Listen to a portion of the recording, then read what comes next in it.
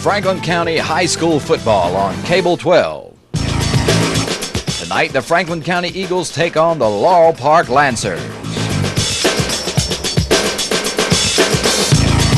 We'll be right back with the pregame show.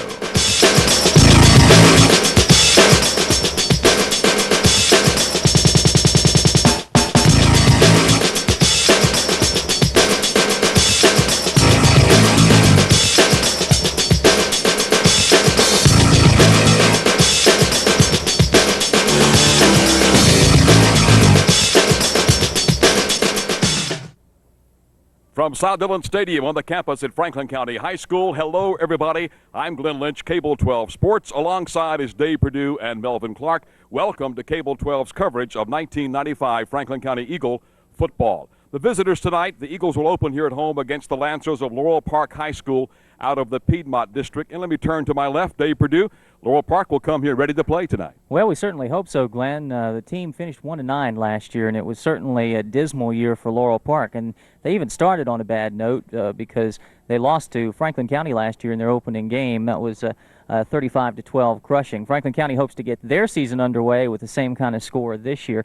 But what they're going to have is a new look this year. That is the Lancers. They're going with the run and shoot. They're going to have two slot backs, a single setback. And what Laurel Park is going to have to do is be able to stop Josh Crabtree on the outside. He's their best receiver, and he is going to be one of the keys for Franklin County as far as their defense is concerned. But don't count out the run for Laurel Park. They have two interior linemen that are big, big boys. Talking about the brothers Desmond and Juan Harrison. Desmond 5'11", 240, and Juan Harrison 6'0", 260. He's playing the center position. If those two guys get a push on the front line, you're going to see that single setback run through the middle of the Franklin County line all night long. Okay, Eddie Crabtree will bring his team here ready to play tonight. Melvin Clark, big opportunity for Franklin County. You know, the last several years they've opened against GW Danville. The opponent and GW not here tonight. Franklin County should win this football game.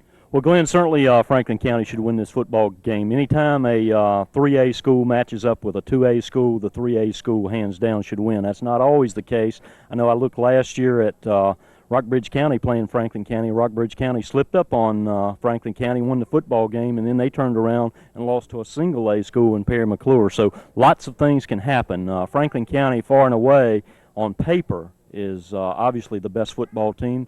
Kids are a lot bigger and I think, quite frankly, better athletes, a little more mature.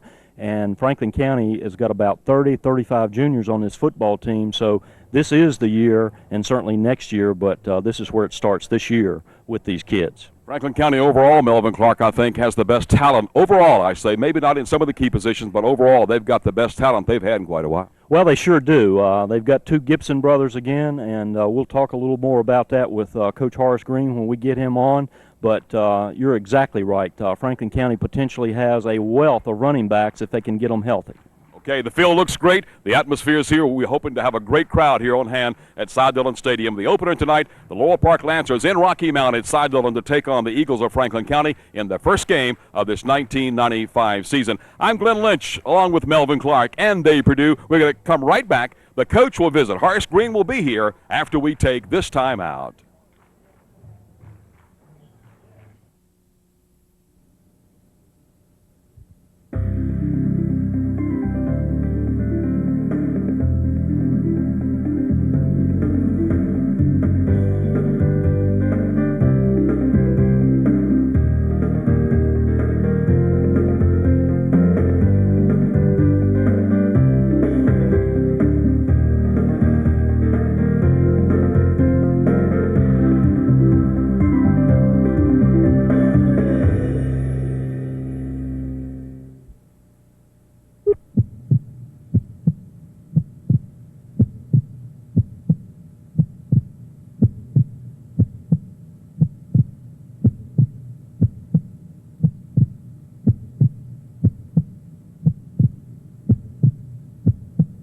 Over the years, a lot of things have tried to stop your heart.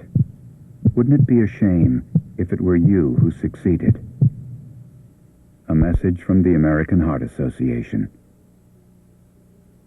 Our heating and air conditioning dealer is Dave Lennox.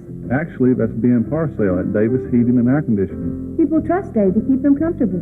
Ben Parcell. It's not just that Dave has the best equipment. This is Dave. I'm Ben. He also passed that Lennox Quality Dealer Standards program. Dave, Ben. So if you've got a problem, call Dave. Or call Davis Heating and Air Conditioning. Lennox, 5,000 independent dealers, 100 years of service, one less thing to worry about. Attaboy, Dave. Ben. At Flora Funeral Service, we are pleased to provide the After Loss Grief Recovery Program, which is specially created to help you deal with the grief that follows the loss of a loved one. A monthly publication is written to provide care and comfort to the grieving on various subjects as symptoms of grief, effects of grieving on health, and getting past the anger. This publication is provided to the families we serve and upon request by calling or stopping by Flora Funeral Service, your locally owned funeral home. We're back at Cy Dillon Stadium, Cable 12 Sports, covering Franklin County High School football. And Horace Green joins us now. Coach, during the break, we added 1 year to the season. It's 1996. They told me I said 95 a couple of times in the opening bit here. Coach, it doesn't hardly seem possible that we're here ready to play this 1996 football season. But, hey, time has come. You've been working real hard, and it's time to strap it on and go here, right? It's been long to me, and the kids, too. We've worked them hard since November all the way through, and kids are ready to go. Well, the opening game here in the confinements of Cy Dillon Stadium tonight, you're at home. You don't have that big horse of a team, G.W. Danville, somebody that you're going to be real competitive with. Last year you won this ball game 35-12, and you had a real big second quarter in that game last year. Eddie Crabtree says his football team has to play the complete 4 quarters tonight. Well, any football team has to do that if you're going to win, no matter who you play. That's exactly right. You know, as a coach, you go into the game, you want to play all 4. You don't want to play a half and forget about it, and that's any team you play, I don't care who it is. All right, now, they're going to set up with a double slot indicating the run and shoot, and obviously that's what they're going to run. What about defending that run and shoot? Well, we've had a little bit to prepare for it. We found out early on that they were going into the double slot with the run and shoot. And so we've worked on a little bit, obviously, and trying to prepare for it. And it does change some defensively. We're going to try to put some pressure on him and see how he handles it. Let's talk about their quarterback situation just a little bit. Dallas Hairston, their number 1 QB, is out. He's injured. Understand he may not even play at all tonight. But Steve Robertson, the 6'0", 180 senior, will be their starter. And from what I understand, he's just as good, maybe even a little bit faster. They don't even skip a beat. He comes in and does real well for him, at least in the north side scrimmage when the starter got hurt. He came in and looked real good for him. Coach, in your 3 preseason scrimmages, you really haven't looked like you wanted to look. You've had some mistakes, which, you know, that's what scrimmages are for. You know, some fumbles, some jumping offside, some penalties, and this and that and the other. You had some of those problems a year ago, and this is the season that you want to correct all of that. Exactly. We didn't want to go into the jamboree up there at Pulaski and make the mental mistakes that we made. The execution was there, the hustle was there, but the mental mistakes were there that we didn't want. And that's confusing to us because the week before against Patrick County, we made very few mistakes up front and technical mistakes, and we can't have those tonight. It's game time. Coach, your quarterback, Jamie Tuck, he was your JV quarterback a year ago. He came up, he played a little bit in a couple of the games and looked pretty good. But you know what? It's a pretty big step from being the number 1 JV guy to the number 1 varsity guy in this level of competition. What about Jamie Tuck? The responsibilities change a lot. You know, he's now under the gun and under the criticism by everybody. And he's a high school junior, and he's going to come out and do the best he can, and he's prepared, and we'll see what happens. He can really throw the football. He can. He's had trouble in the first scrimmage throwing it, but I think he was happy feet at that time. He was a little unsure. But now he's settled down. He's looked pretty good. Coach, I'm going to read off a list of names here. Eggleston, Opatai, Williamson, Jordan, Ferguson, Smith, Kent. Overall, the best crop of backs you've had in quite a while. Well, we just missed one. Bradley Jordan hurt his knee Wednesday in practice, just running, and so he's not going to play tonight and maybe not next week. So we'll see. But it's a good bunch of backs. We can score from anywhere on the field, and that's something we haven't had in a while for all 3 of our backs to be able to do that. Bobby Basham will not be available for this ball game tonight. He's your number 2 quarterback. If something should happen to Jamie Tuck, hopefully that will not be the case tonight. You'd have to go down to your JV guy, Worley. And what's the situation there? Either he or Coach Slough. We have to suit him back up. Worley's taking the snaps now. We didn't realize at the time that Basham couldn't play in this game. I was under the assumption that it was when baseball season rolled in, he couldn't play. But we make adjustments and Worley will handle it. What about Travis Kent? He's not listed as a 1. He's not listed as a 2. He is listed as the kick return guy. Will we see him anywhere else in this ball game tonight? Oh, yeah. He'll be some at the wide out, and he'll be in the game. That's no problem. Right, what about the kicking game, Coach? What about it? I hope we have one. We have one. We have 2 excellent kickers in Josh Hale and Matt Maxey. Both are are kicking the ball extremely well. So, if we can get it off on the kickoff into the end zone, we're happy. Okay, Melvin? Okay, Coach, last year offensively, I think you proved that you could pretty much run up and down the field with just about anybody that you played. Certainly a big effort at Pulaski County, and you came out short on the scoreboard. You averaged over 18 points a game offensively, but one of the things obviously you've got to do is cut down the points on the other side of the football. The other team stung you for an average of plus 32 a game. Have you got that shored up? We'll find out tonight. We obviously, when you set your practice schedules up and everything else, you put your best football players on defense, and that's what we've done so far. Again, we had a couple of injuries, and of course Bobby out. With 3 starters gone now, so for the first game. So some of these kids have been working in the backups, got to step it up, and we hope we've got the solution to that. Coach, each side starts 5 kids both ways. First game of the season, I know in our pregame show you talked that the weather perhaps did not suit you in terms of conditioning. Will that be a premium on those 5 kids on either side of that ball tonight? Oh, it is. I don't think how you can get around it. The first game is always tough. You got that emotion, that adrenaline running through you, and some of these kids have got to go both ways, and it's hard on them. And hopefully as we get on into the season, some of these backups can step up and take their place and only have to play on one side of the football. Okay, with the run and shoot offense, that presents a lot of problems for you defensively, potentially. Obviously, the other side is trying to catch you in between defenses because a lot of things they can do off of that, certainly with Laurel Park's quickness, and that also is going to put a premium on your conditioning defensively. Oh, exactly, and then we'll turn right around and we'll quick pitch the devil out of them and put the ball in the air a little bit, and so everybody's going to have to be in shape. Okay, Coach, one last question, and that's about the Gibson brothers. For several years, you've had some Gibson brothers. You've still got some Gibson brothers, but they've got new faces. Tell us about that. Well, Josh is our senior. He was all-district tight end last year, and we moved him to center. You have to have your best player and your smartest player there. And, Josh has shown us he can do it. And, of course, Jacob, as a sophomore, he's 6'3", about 225. And you know me, I won't play a sophomore unless he can play. And he's starting at that position, at a tight end position right now, and probably will end up on the other side of the ball eventually. But their work ethic is just tremendous. They come in the offseason, they work real hard, and we expect good things from them. Coach, one final thing before we get this one off. Is there anything else we should know about this ball game? No, sir. We're going to do the same thing we've done for 5 years, and that's try to get after them. All right, Horace. The environment's good here. The field's in great shape. It's good to be at Cy Dillon Stadium for the opener. Laurel Park is your opponent. Good luck tonight. Thank you, sir. All right, Horace Green, the head coach at Franklin County High School. We're going to come right back. We have the kids. We'll line them up and introduce them to you. Franklin County's defense will be here after we take this timeout.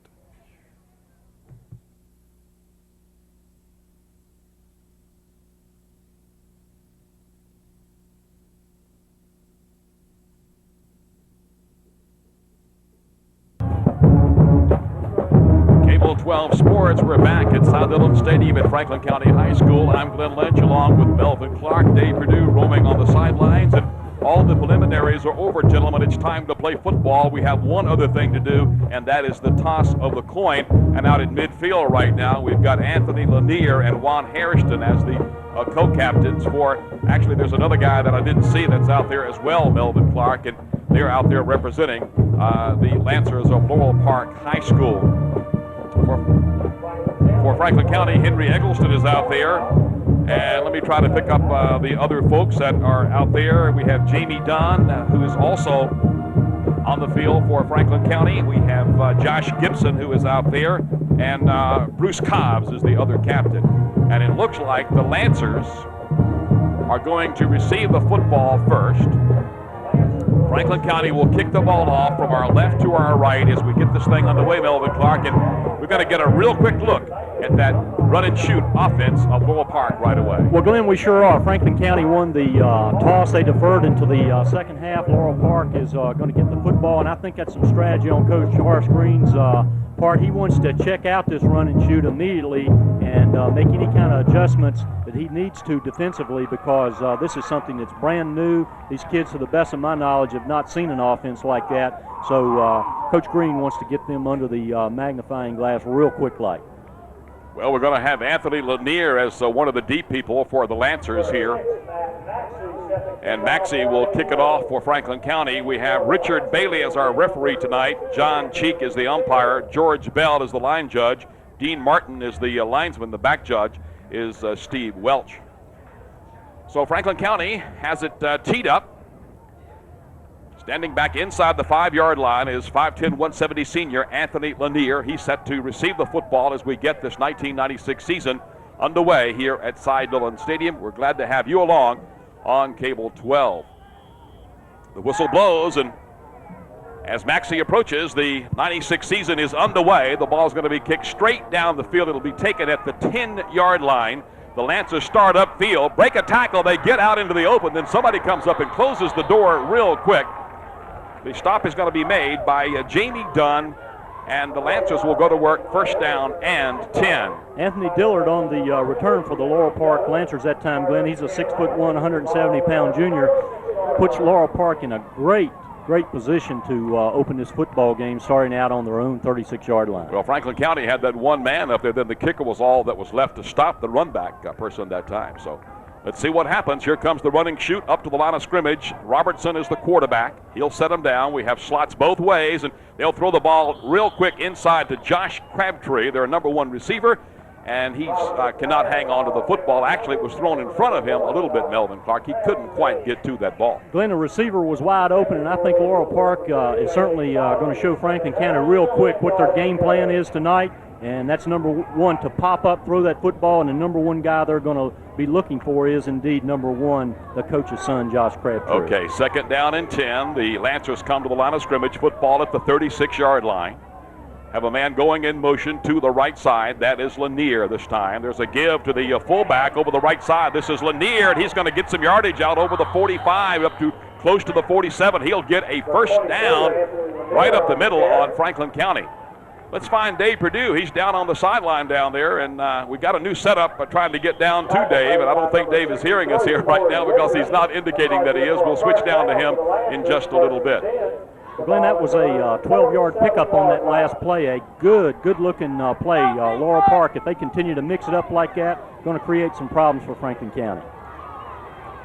Franklin County has Crabtree coming to the left side this time, the double slot. That lone back, we have a man going in motion. That is Corey Lanier. Here's a quick pass right over the middle. It's going to be caught. The man is wide open. That's Kovac, and Kovac is inside the 40 to the 39-yard line of Franklin County, and it's going to be another Lancer first down as they're taking the ball right to Franklin County right now. Well, Glenn, they sure are, and that receiver, as you've already said, was wide open. If Henry Eggleston doesn't make that tackle, that's a touchdown for the Lancers. Coles is checking into the lineup for the Lancers, along with Corey Lanier. It'll be a first down, the football at the Franklin County 39-yard line. We're in the first period, 10:50 left to play in this quarter. Steve Robertson comes to the line of scrimmage, ball at the near hash mark. Robertson rolling to the right side, being chased. He points upfield, throws the football, has a man out there, but throws it out of bounds and incomplete. So far, the Lancers have only had that one running play. We're going to see a replay on this last play here on the incomplete pass. And Robertson just takes the ball, sprints out to his right side, but ends up overthrowing his receiver out of bounds. Just lobs the ball out there, and it's incomplete, intended for Winston Coles. Second down and 10. The ball again at the near hash mark with 10:37 to play in the period. Coles is wide out to the right side this time. Crabtree is to the left. Here's a give to Lanier right up the middle, and this time he's going to be hit right at the line of scrimmage. And maybe we'll get 1 yard before Bruce Cobbs meets him head up. Bruce is 5'8", 265, the senior defensive tackle, the initial man there for Franklin County. And that's a great form tackle by Bruce Cobbs that time. He broke down on the man, squared up, put that face mask right on his shoulder pads, and dropped him for a loss right there at the line of scrimmage. I say it was a loss. He had good momentum. He picked up a yard on that play. Actually, the secondary man coming up to assist on the tackle knocked him up the field about a yard. Right. Third down and 9, and here is a big play for the Laurel Park Lancers.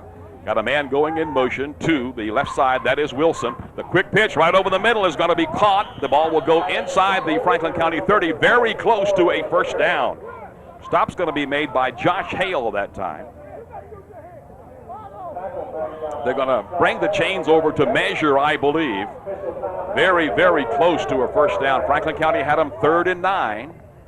So far in this drive, which started back at the 35-yard line, the Lancers have had 2 running plays. Everything else has been put in the air, as you can expect from this run-and-shoot offense they're showing us here tonight at Side Dillon Stadium.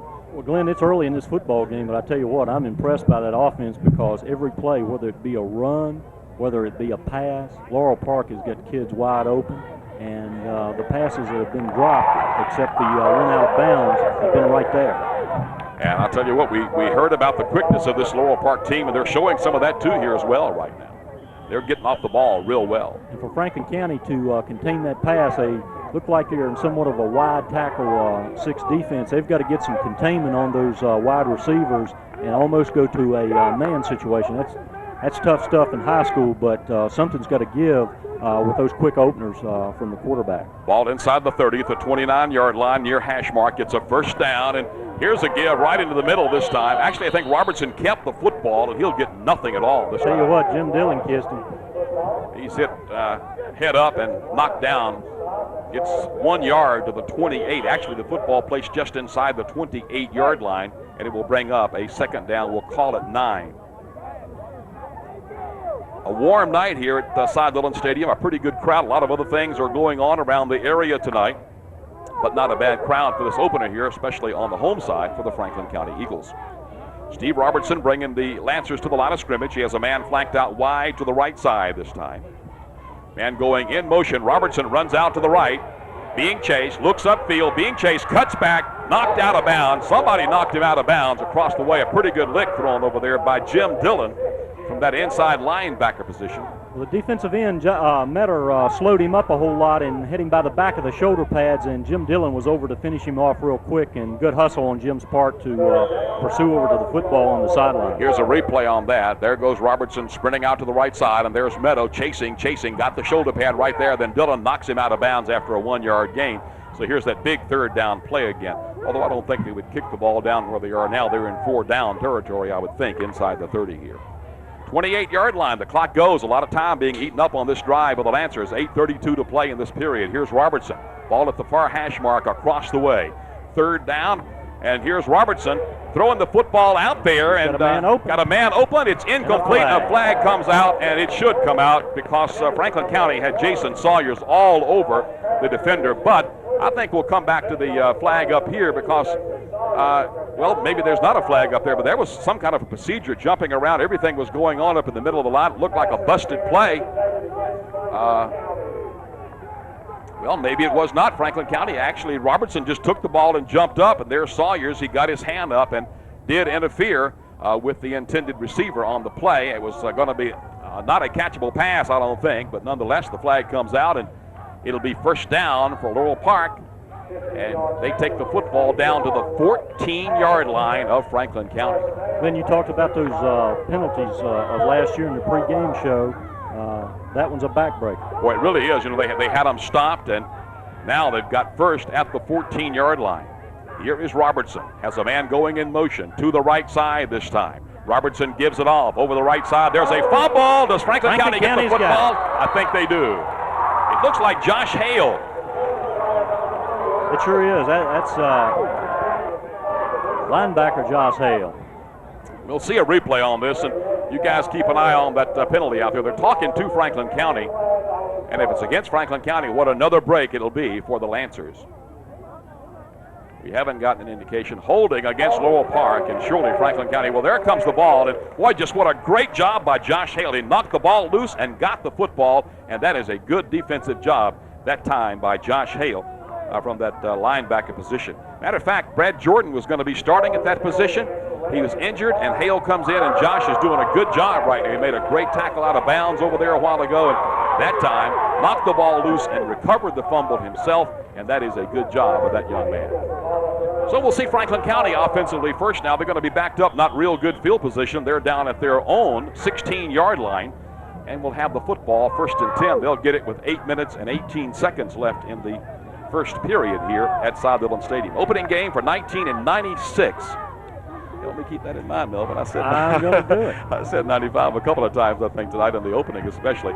Here's a give. The ball coming around to the right side, and keeping the football on the carry that time is Brandon Smith. Brandon is 5'9", a 162 senior, and Brandon doesn't get a lot. Anthony Lanier from that defensive end position on this side made the stop, and Smith only got, we'll call it a yard, just maybe the length of the football more than that, but we'll call it a 1-yard gain, 2nd down and 9.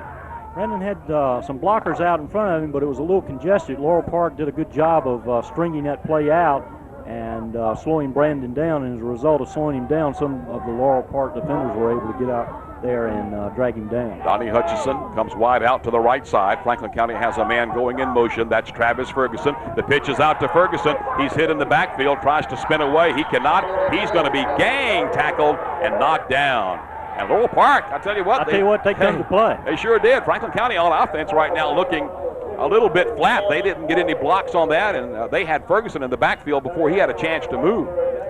And Glenn, it's real important for the Franklin County offense to stay on that football, to certainly get momentum, but more importantly, the defense needs a big rest. There's the pitch out, and boy, there's somebody in there right on top of Ferguson.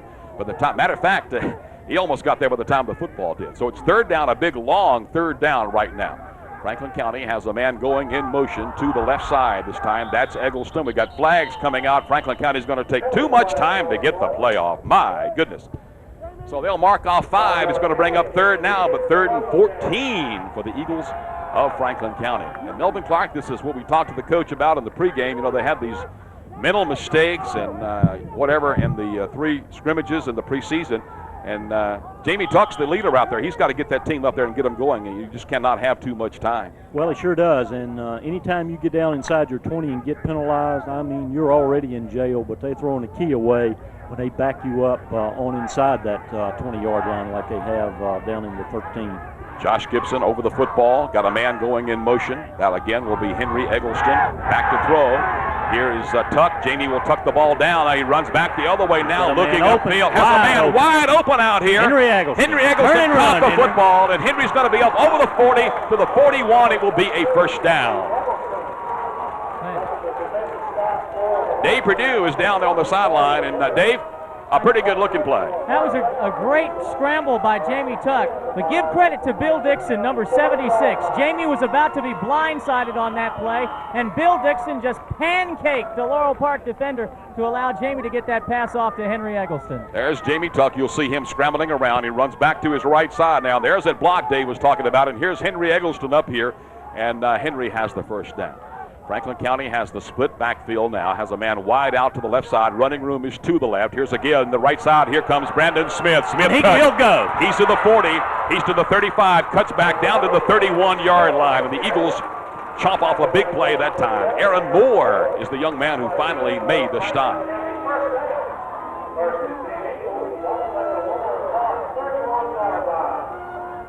So quickly, Franklin County in 2 plays after looking terrible on the first 3, counting the penalty. They move the ball across midfield all the way to the 32, actually the 31 of Laurel Park with 6:05 to play in the period. The Eagles have it 1st and 10. Gibson over the football again. Franklin County this time will have a flanker going out to the left side. That'll be Travis Kent at the wide out right now. You might look for something long to Kent right here. He's in the ball game. Here's Tuck giving the ball off into the middle this time, and Franklin County will run the football for a couple. Travis Ferguson, the fullback, 5'7", 180 junior, not getting a lot on that. Didn't get a lot. A hole opened up real quickly there, but certainly it closed up as he tried to slide to the outside that time. And I think inserting Travis Kent into that football game as a wide receiver, they're just trying to warm him up. And, Glenn, I think you can look for Jamie Tuck to go to Travis real quick here. Gibson comes out over the football again. Kent again going out to the left side. Brandon Smith in the backfield along with Travis Ferguson. We also have Steve Opatai Williamson out to the right side. He's going in motion this time. Actually, that's Henry Eggleston. That's not Opatai Williamson. Here's the give again. Franklin County giving to Ferguson right into the middle. And Ferguson not doing it again. He's didn't get a whole lot of blocking. He's hit pretty hard right in the middle right there by Juan Hairston, the big 6 feet, 260-pound tackle, and he is stopped. Matter of fact, lost about a yard. It'll bring up 3rd down. We'll call it 5. Dave Perdue, that running game with Ferguson not working down right now.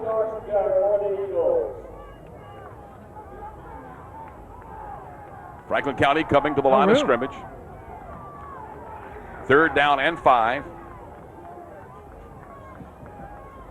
Here's Jamie Tuck. Eggleston going in motion. Here's the give again, this time to Brandon Smith. Smith coming to the right side. He's still trying to go, and somebody grabs him in the backfield and will drag him down out at the 29-yard line. That's Corey Lanier. And it'll bring up a 4th down situation now for Franklin County.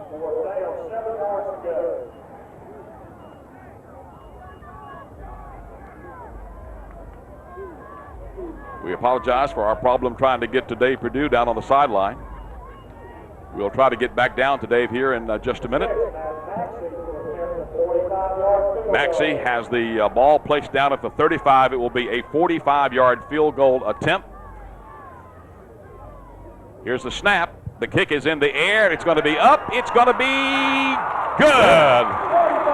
Maxey off to a great start on the season with a 45-yard field goal. So Franklin County takes the lead with 3:34 to play in the first period. The Eagles lead 3-0 and will be right back.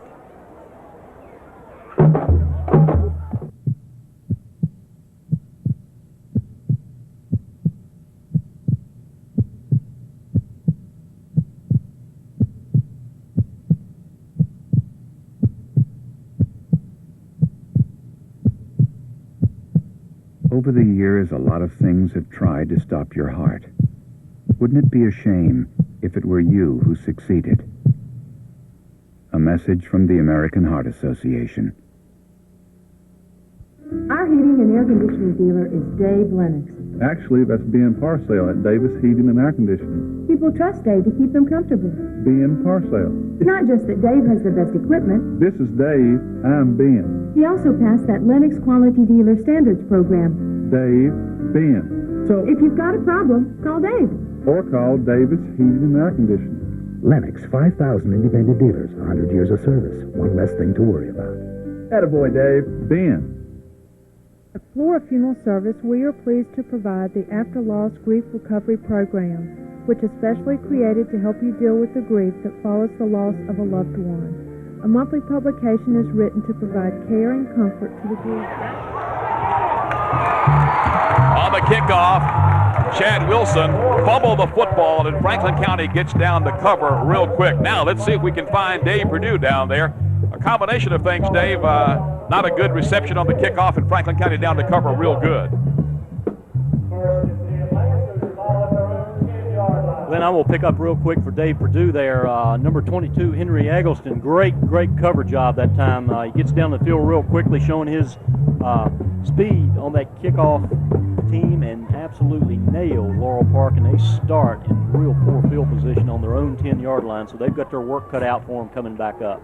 Okay, here come the Lancers. Steve Robertson at quarterback, has people all over the field, got the double slot. Here's Robertson rolling around to his right side, being chased, throws a football, almost picked off by Franklin County. It will be incomplete. And right there is what Franklin County needs to do, Melvin Clark. They've got to pressure the quarterback. Of course, now, you know, when Robertson takes that ball and just stands up and throws it, it's pretty hard to put much pressure. But when he's running around back there, that's when they've got to light him up a little bit and put some pressure on him. Glenn, you're exactly right, and it's real important for Franklin County to pick up those quick guys coming off the line. They're usually not going to catch a football behind the line of scrimmage, but when they break that line, somebody's got to be with them. And when that quarterback rolls out of there, they've got to have pressure on those corners.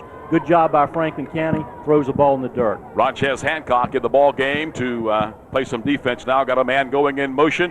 Here's a give in the backfield this time. Jamie Dunn there. Lanier is going to be stopped by Dunn immediately. That's going to be about a yard and a half lost. So it's going to bring up 3rd and about 11, it looks like. The Lancers run people 2 or 3 at the time on and off the field. I guess that keeps everybody fresh, and they send the plays into the game as well that way.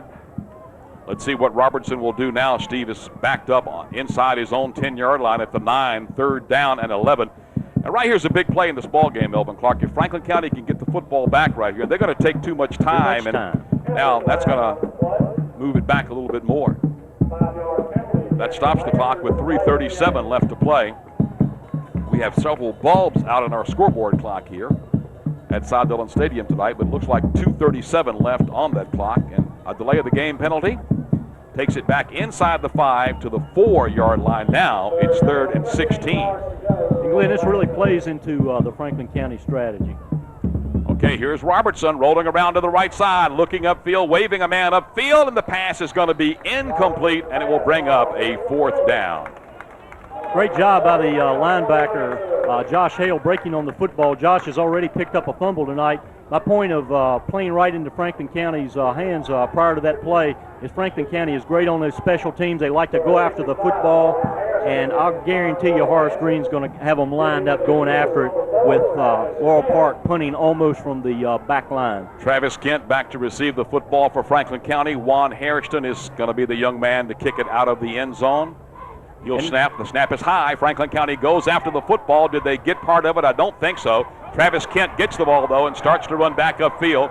Kent's going to turn and come back, gets away from one man, still going, and Travis will be inside the 30 to about the 28-yard line. And what a great opportunity for this Franklin County Eagle football team. Well, I tell you what, if we're in a boxing match, Franklin County, a heavyweight team, they've got to keep coming and get across that goal line, get the ball again, get across again. This is where Franklin County's got an opportunity to put this football game away, get those starters out of there, start to develop some of the depth that they potentially have on this football team. Okay. We'll see if we can find Dave Perdue down on the sideline again here in just a little bit. We apologize for we're trying some new things here this first ball game with that sideline microphone, and obviously they aren't working right now. We apologize for that. Franklin County has a split backfield this time, a long count by Jamie Tuck. Tuck will give the football off. Here's Brandon Smith over the right side. Smith cuts inside the 20 down to the 14-yard line. It's going to be a first down for Franklin County. Juan Hairston makes the stop, and we'll see a replay on that here in just a couple of minutes. Clock is stopped momentarily to mark the chains on the first down. Franklin County is going to take a timeout. There you see Brandon Smith getting down to the 16-yard line, and a real good run that time.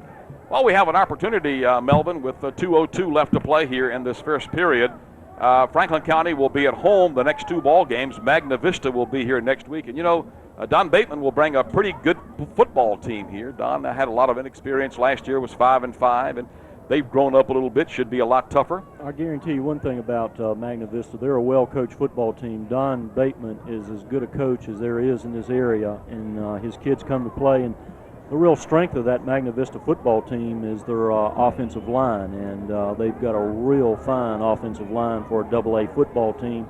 And again, I can't say enough about Don Bateman's coaching ability. 3 of my brothers played for him, and he is a whale of a coach. And he was at Martinsville for a long time, and there was a lot of question in Martinsville when Taylor Edwards got the Martinsville job. Would it be Edwards or would it be Don Bateman? Right. Well, Heritage will come to Sod Dillon the following week on September the 13th. They've dropped to AA ball this year, but that doesn't mean a whole lot. Heritage will be pretty tough when they come. As a matter of fact, they beat the Lancers 14-0 in a scrimmage earlier this year. So we're set to go. Franklin County has the football, first down. The ball is just outside the 15-yard line. Jamie Tuck has Smith going in motion to the left side. Here's a quick pitch out to through the left side this time, and Franklin County is going to go in the end zone and score, and that's going to be Steve Opatai Williamson. Well, I tell you what that play's about is one guy. Certainly Steve Opatai Williamson did the job running the football, but Jamie Dunn kicked his man out and created an alley a Mack truck could have got through. Steve Opatai Williamson, the wingback, 5'10", 170 junior. That young man getting his first varsity touchdown. Maxey will attempt the PAT. Jamie Tuck will hold. There's a kick. It's in the air, and it is good. Timeout on the field with 2:02 left to play in the first period. Franklin County leads it 10-0. We'll be back in a moment.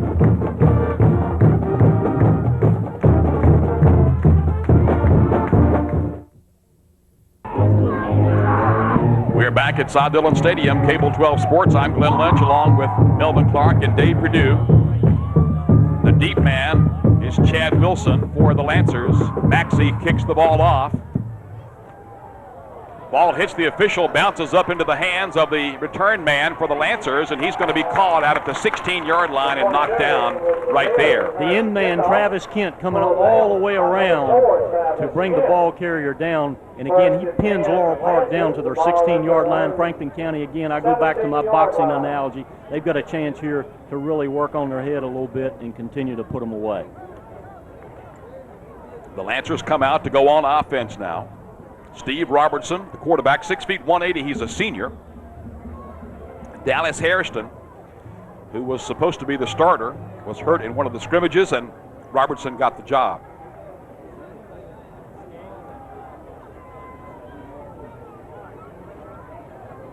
On first down, Robertson sprinting out to the left side. Looks upfield, throws the ball, it's caught. And Lanier. I love it. Henry Eggleston absolutely stoved that man. We'll see a replay on that. They made Robertson sprint out to the left side. And as he did that, he threw the ball up, and here's the hit coming up. Henry Eggleston just puts that shoulder right in there and knocks the man down. But not before the Lancers get a first down. Give them some credit. 33-yard line, 1st and 10. Steve Robertson sets his team down, has a man going in motion to the right side. That'll be Kovac. Here's Robertson with the ball. This time he jumps in the air to try to see over the defenders to throw the football. As he does that, nowhere to go. He comes down and he's hit and stopped. Jonathan Meadow, the first young man to get there. And Jonathan, 6'2", 212 senior end. Saw Jonathan's mom and dad and his grandparents here to watch him tonight. They're very proud of this young man, and he's playing a good football game. 2nd and 10, 1 minute left to play in period number 1. Cable 12 Sports at South Dillon Stadium here at Franklin County High School tonight. Josh Crabtree comes wide out to the left side. Double slot with a man also flanked out to the right. Hairston coming in motion to the left side. Here's a give in the middle this time. And the Lancers will go absolutely nowhere as Josh Hale comes up to make the stop, hitting DJ Cabanis. I beg your pardon, that's Anthony Lanier on the carry again. 5'10", 170 senior. It's 22 and not 32. Sorry about that. When Josh Hale was not supposed to start this football game at linebacker, he stepped in there, and already tonight he has made 3 big football plays.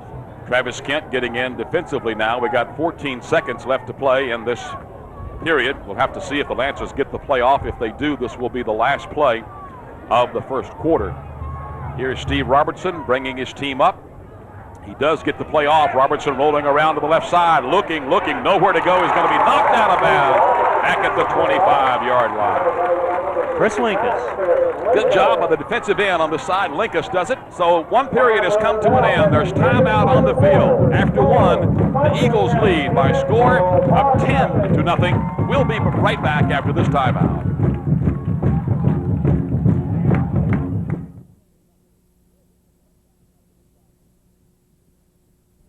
Hi, I'm Don Thacker with Central Oil. I would like to thank those of you who are our regular customers for your business support and the confidence which you've placed in us. All personnel at Central Oil have completed specialized training programs which gives them a sense of pride and confidence and gives you security in a job well done. As a distributor of LP gas and Sidco petroleum products, Central Oil assures you receive the best. Central Oil, where integrity, quality, and service are guaranteed. We are back at South Dillon Stadium on the campus at Franklin County High School, the opener for the 1996 season. Franklin County leads it by a score of 10-0. The Lancers are going to have the football 4th down back at their own 25-yard line. Travis Kent will be the young man that will drop back to receive the kick. And Juan Hairston will come on to punt the football. Then we've got a new punter in Josh Crabtree. Yes, we do. Crabtree gets a real short kick away. And the ball goes out of bounds at the Laurel Park 49-yard line. Horrible punt, and Franklin County in excellent field position starting the second quarter inside their own 44-yard line. So a good break here for the Franklin County Eagles as they will come to the line of scrimmage. Leading by a score of 10-0. Jamie Tuck at quarterback. for Franklin County. Anthony Patterson, Bruce Cobbs are the guards. Jonathan Meadow and Bill Dixon are the tackles. The tight end is Jacob Gibson. The split end is Donnie Hutchinson. The wingback, Henry Eggleston or Steve Opatai Williamson. Jamie Tuck is the quarterback. The halfback, Brandon Smith. And Travis Ferguson is the fullback for Franklin County. We're going to see Jamie Dunn go on to play a little bit of offense right now. Not sure who he is in there for, but maybe we can find out here in a moment. As a matter of fact, he's in for Bruce Cobbs. I see Big Bruce down on the sideline. Bruce is 5'8", 265, and he's a senior. He also plays tackle defensively. So, Melvin, they're giving Bruce Cobbs a little rest on the sideline here right now. Well, Glenn, they sure are, and Jennifer Sweet looks like she's working on a thigh or a knee of Bruce Cobbs, and Franklin County can ill afford to miss him out there, but Jamie Dunn will be a good substitution. Not only the loss of Cobbs there, but Franklin County goes to the bank for timeout that they had to take. First down for the Eagles, 11:53 to play in the first half of this football game. We are at Cy Dillon Stadium on the campus at Franklin County High School.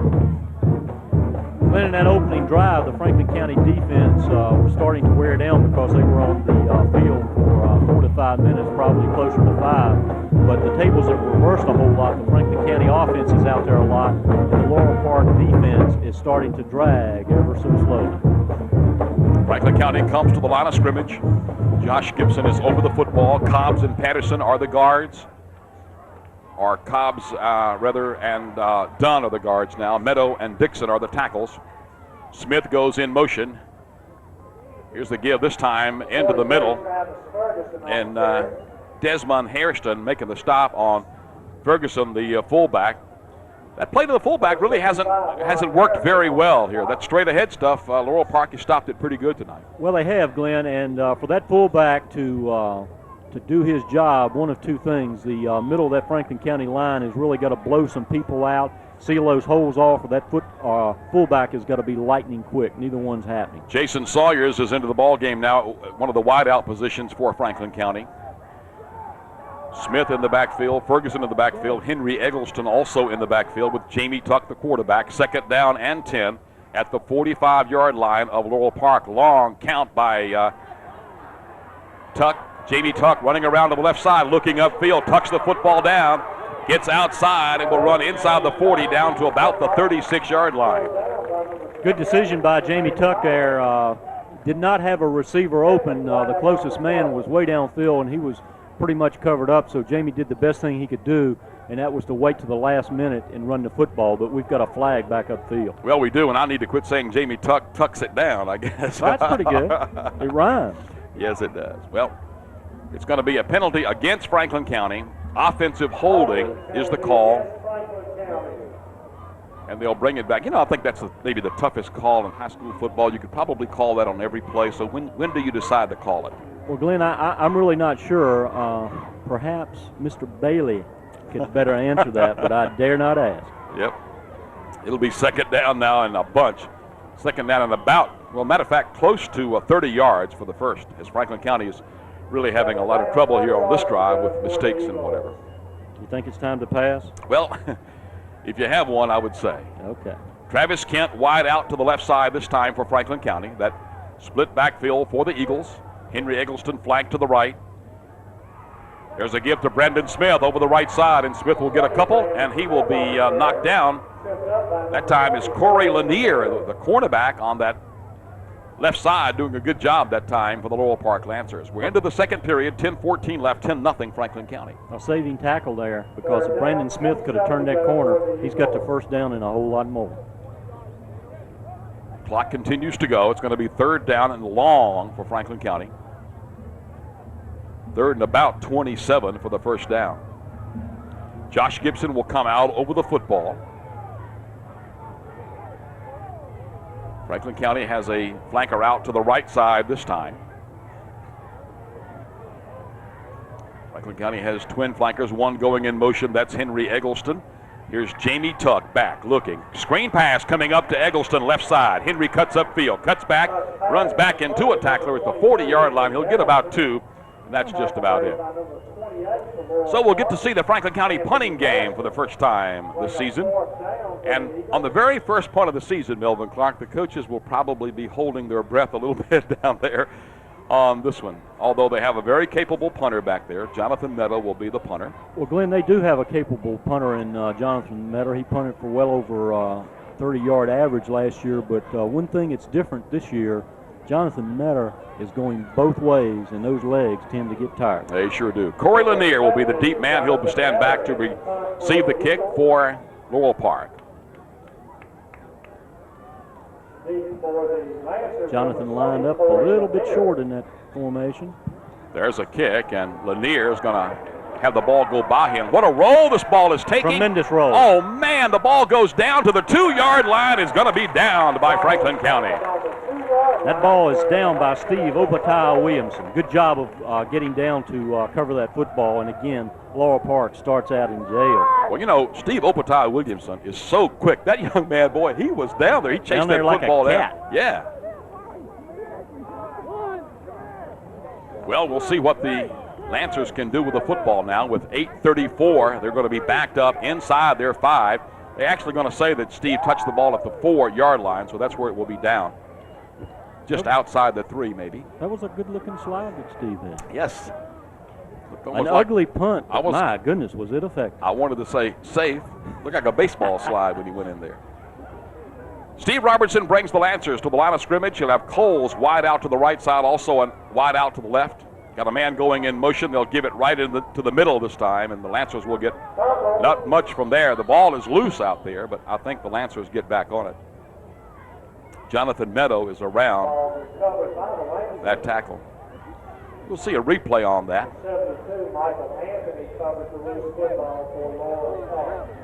Into the ball game for Franklin County's Todd Hudson to play some defense. And Donnie Hutchinson comes out. Here's a replay on that. They try to go right up the middle with the football. The ball was loose, but the Lancers were right on top of it. So, matter of fact, they gained some yardage with a loose ball that time. Second down, we'll call it 6. The football out to near the 7-yard line. Got a man going in motion this time for Laurel Park. Here's a give over the right side, and looks like on the carry this time, it's going to be Lanier. Jim Dillon coming up to make the tackle from his linebacker spot that time. Jim over-pursued a little bit, and the man sidestepped him and was able to gain a couple of yards. So the football is going to come out just over the 10-yard line, close to the 11. It's third down. Big play again right here for the Lancers. Lancers may be trying to lull Franklin County to sleep here with some of these running plays, although they may not want to put it up down that close. But, hey, when you're running the run and shoot, you put it up anywhere on the field. It's just like a good run. Here's Steve Robertson. Clock going, 7:09 to play in period 1. Robertson rolling to his left side. Look, it has a man wide open out there, and Franklin County is going to be battling for the football. It's going to be out of bounds and incomplete. Intended for Josh Crabtree up at the 40-yard line.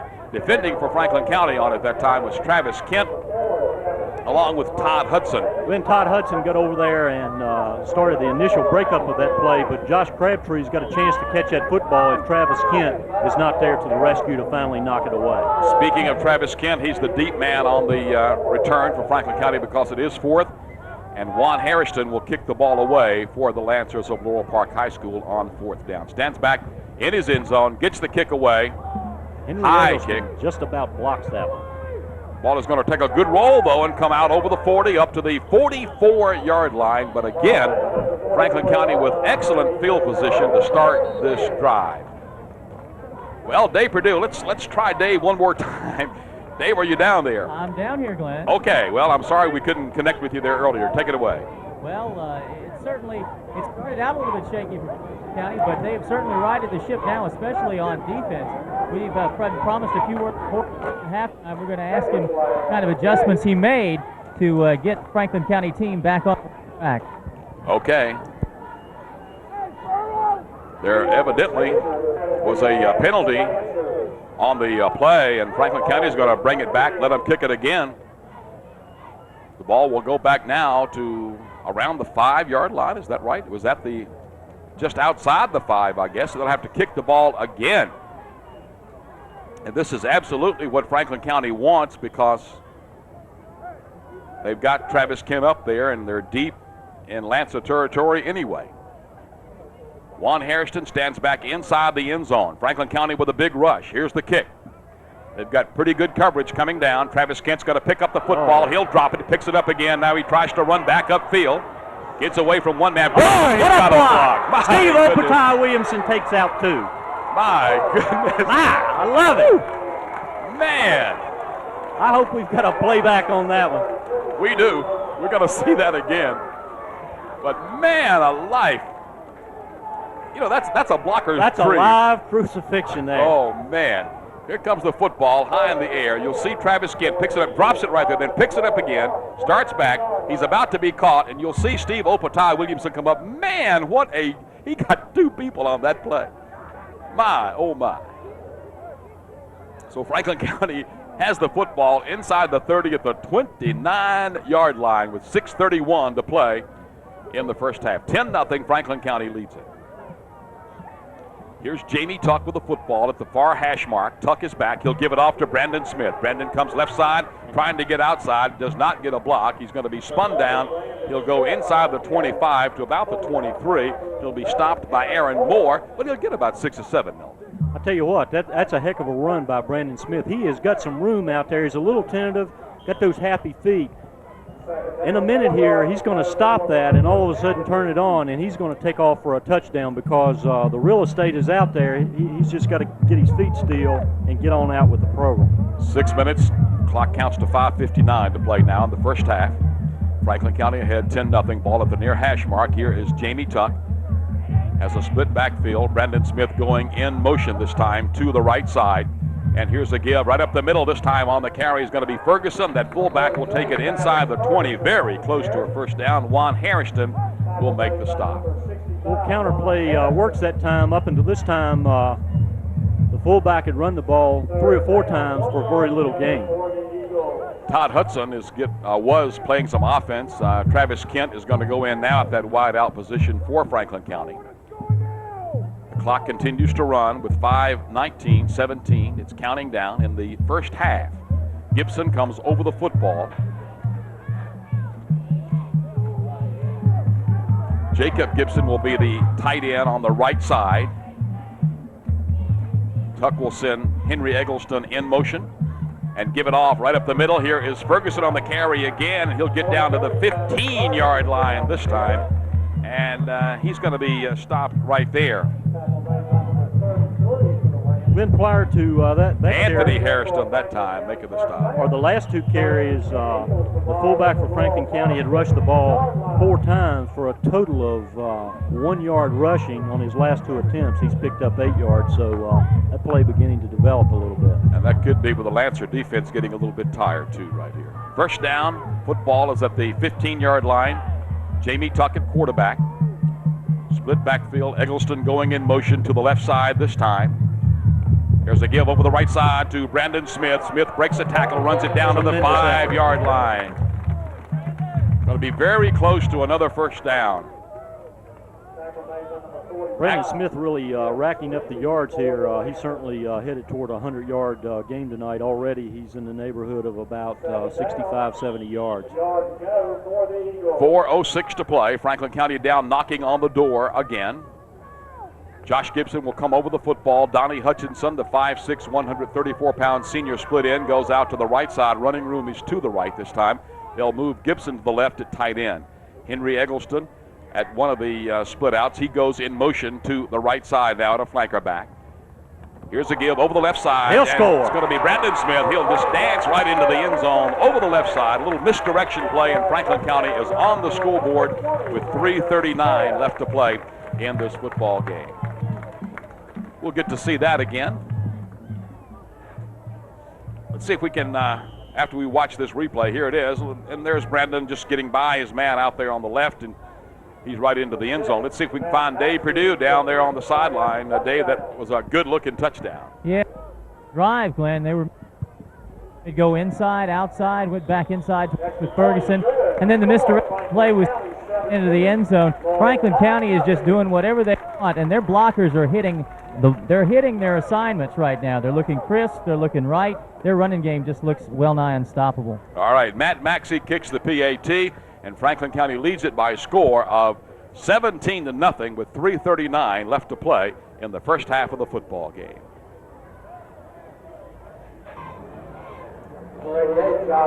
At South Dillon Stadium with 3:39 left to play in the first half of the football game. Franklin County is going to have Josh Hale kick off this time, and the deep man is Chad Wilson for the Lancers of Laurel Park High School. And boy, my goodness, that kick's going to go into the end zone for a touchback. That's a home run. Yes, it is. Boy, Josh Hale booted that football.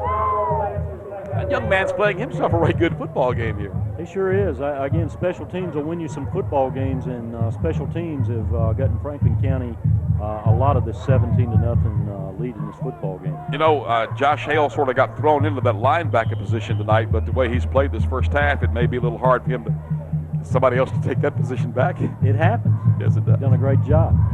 Matter of fact, he sprints onto the field after the kickoff. He's out there at the linebacker right now. The Lancers will come to the line of scrimmage, 1st and 10 at their own 20-yard line with 3:39 to play. Franklin County out front, 17-0.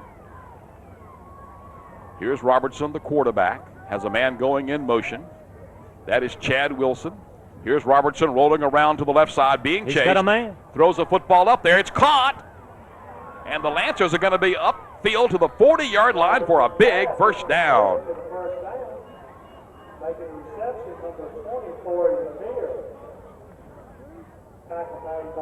Henry Eggleston defends on Coy Lanier that time.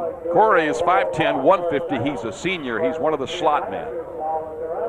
Franklin County is Jonathan Meadows going to come out of the ball game now. They get a replacement in to give him a little bit of rest.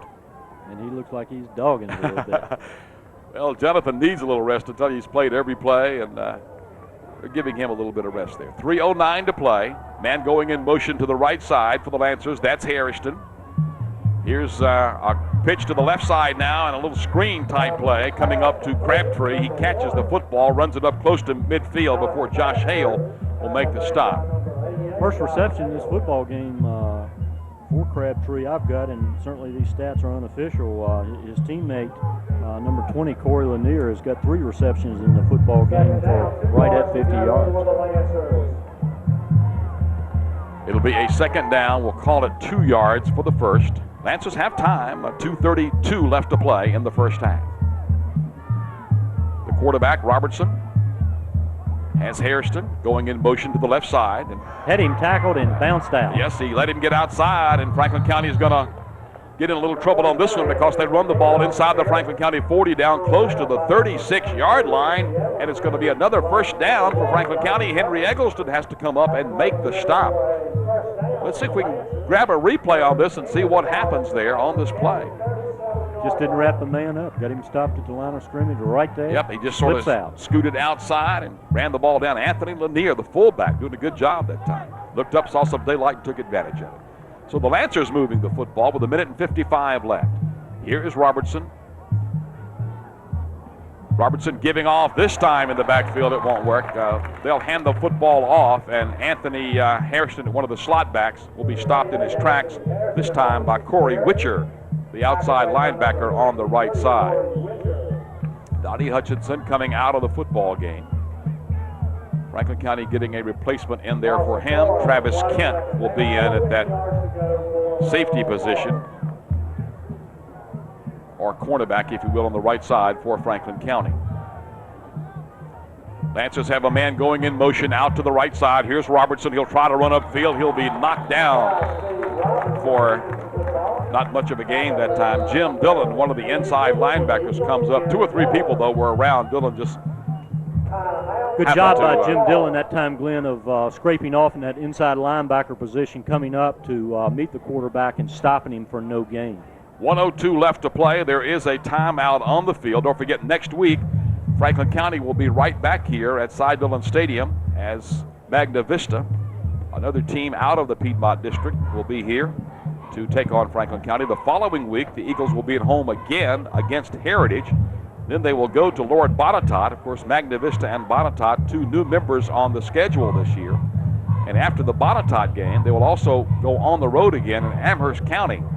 You say Amherst County. Well, if you don't know a lot about high school ball, Amherst County defending state champion in their division. And I'll tell you what, they'll be as tough as anybody Franklin County is going to play this year, including the Cougars of Pulaski County. Well, they really will, and they've got a fine program, and for the last 2 or 3 years running, they have sent some kids to some big-time schools. They've got 2 or 3 kids that are seniors on that team that have already signed with major colleges. The Lancers have Crabtree wide out to the left side this time. They also have an end split wide to the right, double slots left and right. That lone back in the backfield. They're going to give it off to him, and he's not going to get very much this time. That's the fullback, Anthony Lanier, and he's going to be stopped right in his tracks. Ronchez Hancock. 52 seconds left to play in this first half of the football game, and Franklin County is going to call a timeout. It's a 4th down. The Eagles would like to get the football back one more time here and see if they can do something with it, and it looks like they will get it back. So with 48 seconds left, there is a timeout with Franklin County leading 17-0. 4th down, 14 yards to go. On a 4th down situation, here are the Lancers. Robertson rolling around to the left side, being chased. Has a man out there wide open. He catches the football, will be knocked out of bounds down at about the 12-yard line. That's Henry Eggleston making the stop. But on 4th down, Robertson rolled to his left and threw the football deep. It was caught, and Melvin, I couldn't see who caught the football. Then the receiver on that play was number 28 for Anthony Harrison. Anthony Harrison. He did a good job of concentrating on that football because the ball seemed like it was in the air forever. Yep, he caught it right at the 20, takes it out of bounds just inside the 13-yard line. 1st down for Laurel Park. Here's Robertson coming to the right side this time, looking, running, being chased, being caught, throws a football. It's going to be caught down inside the 5-yard line. And how that ball got through the hands of Josh Hale and a couple of other people, I don't know. But a good concentration job by the receiver that time. They caught the football down at the 5-yard line. Well, Glenn, that was a great job by Jim Dillon of pressuring the quarterback. A very awkward throw for Robertson. Josh Hale does a great job of breaking on the football, and it just somehow slides through his hand, but give all the credit in the world to the Laurel Park receiver because that was great concentration and looking the football in. So the Lancers have 25 seconds, and we're going to see a replay on that here. Franklin County had plenty of defenders there. The ball just got through everybody, and it was caught. 2nd down. And here comes the ball down there right now, and looks like the ball was bobbled a little bit, but then caught. Here's Robertson. He just slings the ball out there. The ball's being knocked around, and Lancers caught the ball. Josh Hale makes the stop, but here it is, 2nd down and about 2. The ball at the 6-yard line. Steve Robertson has a man. That's Harrison going in motion. Robertson will throw the ball into the end zone. It's incomplete. Actually, it was at about the 1-yard line, intended for Josh Crabtree.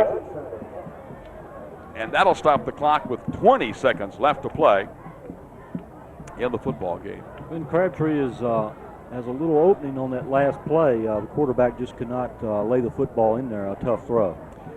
Well, Steve Robertson, 6 feet tall, and some of those big Franklin County defensive linemen got their hands up coming in there, and I think he maybe can't see over them. Anyway, he didn't get the ball. Had he got the ball there quicker, it might have been a touchdown. 3rd down. Here's Robertson again. Now going to have his defender, or his receiver rather, Josh Crabtree fell down trying to cut, and it goes incomplete, and this will bring up a 4th down situation. The Lancers are going to come in to try a field goal here, and should be Josh Crabtree. He's their normal kicker in this situation. Let's see if it is indeed him. It is going to be Crabtree. He'll place the tee down at about the 12. It would be a 22-yard field goal attempt. Should be pretty much a chip shot, I believe. Not much more than an extra point attempt here. A little angle on it, but let's see. Crabtree kicks the football, and it goes through. Yes, it does. And there's a flag. And there's a flag down, so hold everything. That may be a roughing penalty on Franklin County.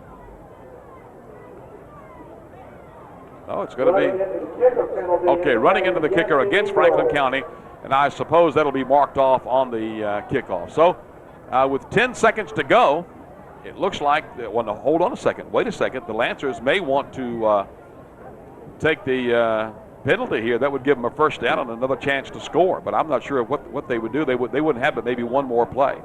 We're going to get a replay and see if we can see the penalty here.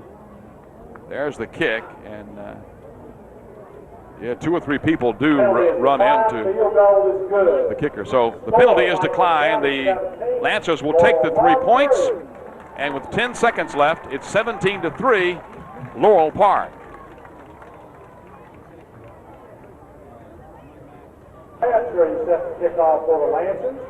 Franklin County will have Travis Kent back deep as we get set for the kickoff. And it looks like Josh Crabtree is going to tee the football off, or up to kick it off this time. He has it at the 40-yard line. 17-3, the Lancers do get on the scoreboard with the Crabtree field goal. Looks like it'll be an onside kick, one bounce. Franklin County gets on the football, and the Eagles probably will not get a play off here. Let's see if they do before halftime. Nice job by Jason Sawyers of covering that football up. 6 seconds left to play. 17-3 is the score here. Well, Franklin County will get one play off because the clock will not start until the snap of the football. They need a player. Jamie Tuck looking for somebody to get out there. That's Jonathan Meadow. Jonathan is over there and not in the ball game. Now Franklin County has to use a timeout to get that last play off. So we will hold it right here for this. 6 seconds left. Glenn, give Jamie Tuck a lot of credit for being heads up, counting his players, make sure he knows who's out on that football team. Both times that Franklin County has been short a man, he's recognized that immediately and raced toward the sidelines to try to get somebody on. That's heads-up play. You know, we mentioned to Horace Green in the pregame that it was a pretty big step from that JV quarterback position up to here, and I think Jamie Tuck has handled himself very well here tonight. He's played very mature. As you said, played very heads up. He's thrown the football well, and he's run this football team very, very well here so far tonight. And showed a great deal of patience. Yeah, and I think the coach is going to be real pleased because I know in a couple of the scrimmage, Jamie was down on himself a little bit, and the coaches, you know, maybe not real pleased with everything, but he's done a real good job here tonight. So 1 play left in the half. What will Franklin County do? They have the football at their own 45-yard line. Franklin County will send Donnie Hutchinson wide out to the right side this time. Brandon Smith will also go to the right. Henry Eggleston to the left side. And let's see what Jamie Tuck does. Smith will shift in the backfield. Henry Eggleston will go in motion to the right side. And here's a give to Brandon Smith coming to the left side. Brandon tries to cut outside. Got a flag. Smith runs over one man, cuts upfield, and Brandon runs to the 31-yard line. But hold everything. The clock runs out, and we have a flag on the play. That's going to be a clip on Franklin County on the got a clip on the corner as Brandon turned out. And if that's it, the half will be over. We'll see a replay on that, I do believe. Hopefully we'll be able to get Dave Perdue and the coach down on the sideline. Here comes a replay on that, and here's the handoff to Brandon Smith. And well, that's kind of like a clip and hold. So they will have the flag out at midfield, and it looks like that should pretty much be the half. Holding against Franklin County declined, and that's the half. Well, let's see if Dave Perdue is going to be able to get Horace Green down on the sideline. Looks like he is not. Horace is walking away. Horace is standing out there about the 32. Yeah, he's going to come over, I think, and say a quick word here with Dave Perdue, and let's switch down to the sideline. Dave, take it away down there. Thank you very much, Glenn. Horace season.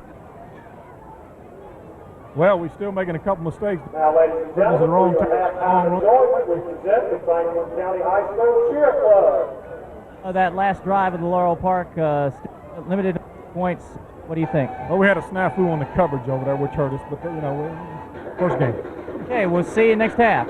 All right, Glenn, back to you. Okay, Dave, thank you very much. Well, we still are having some problems with our sideline mic. Again, we apologize for that, but we did get the coach on there, and I'm sure Horace Green wants to go in the locker room and make some adjustments here, Melvin Clark, to see exactly what's going to happen here with his football team. Well, Glenn, he sure does need to make some adjustments, but I think already from that opening drive that Laurel Park put together, and it was a good-looking drive, Horace and his coaching staff, until that last drive had done the job on Laurel Park. The score 17-3. Franklin County kind of starting to coast at the end of the first half. And again, I'll go back to my boxing analogy. Those kids have got to keep coming and pounding, because Laurel Park is a real quick football team that's got the ability to score right now on it.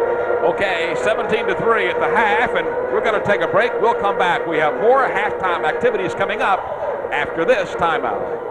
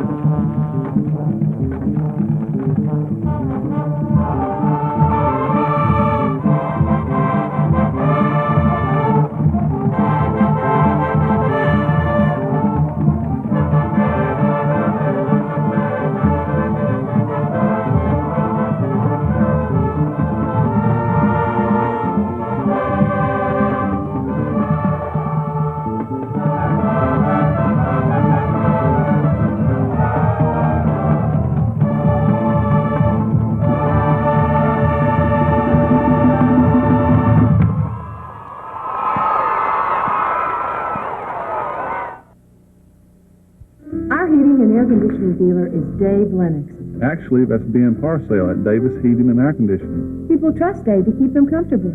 Ben Parcell. It's not just that Dave has the best equipment. This is Dave. I'm Ben. He also passed that Lennox Quality Dealer Standards program. Dave, Ben. So, If you've got a problem, call Dave. or call Davis Heating and Air Conditioning. Lennox, 5,000 independent dealers, 100 years of service, one less thing to worry about.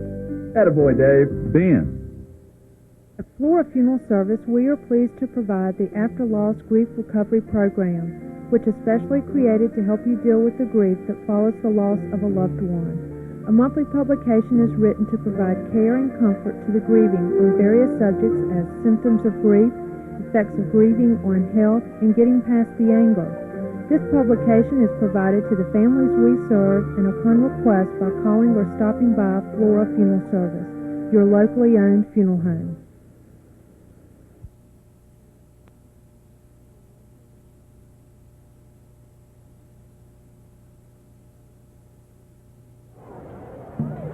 We're back at South Dillon Stadium at Franklin County High School. I'm Glenn Lynch along with Melvin Clark and Dave Perdue down on the sidelines. Mike Doyle, our spotter, and Mike doing a great job here in the booth as usual. We all have a real good time, and our first broadcast of the year without the radio this year. We've been doing this for a long time in conjunction with each other. We're not on the radio this year. We're on Cable 12, though, thank goodness.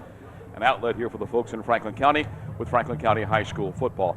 Melvin Clark, Franklin County, a little shaky at times in the first half when that first drive. Then they started playing some real good football. Then they had a couple of blown coverages and let that run and shoot of the Lancers back in this thing here. They went down and scored.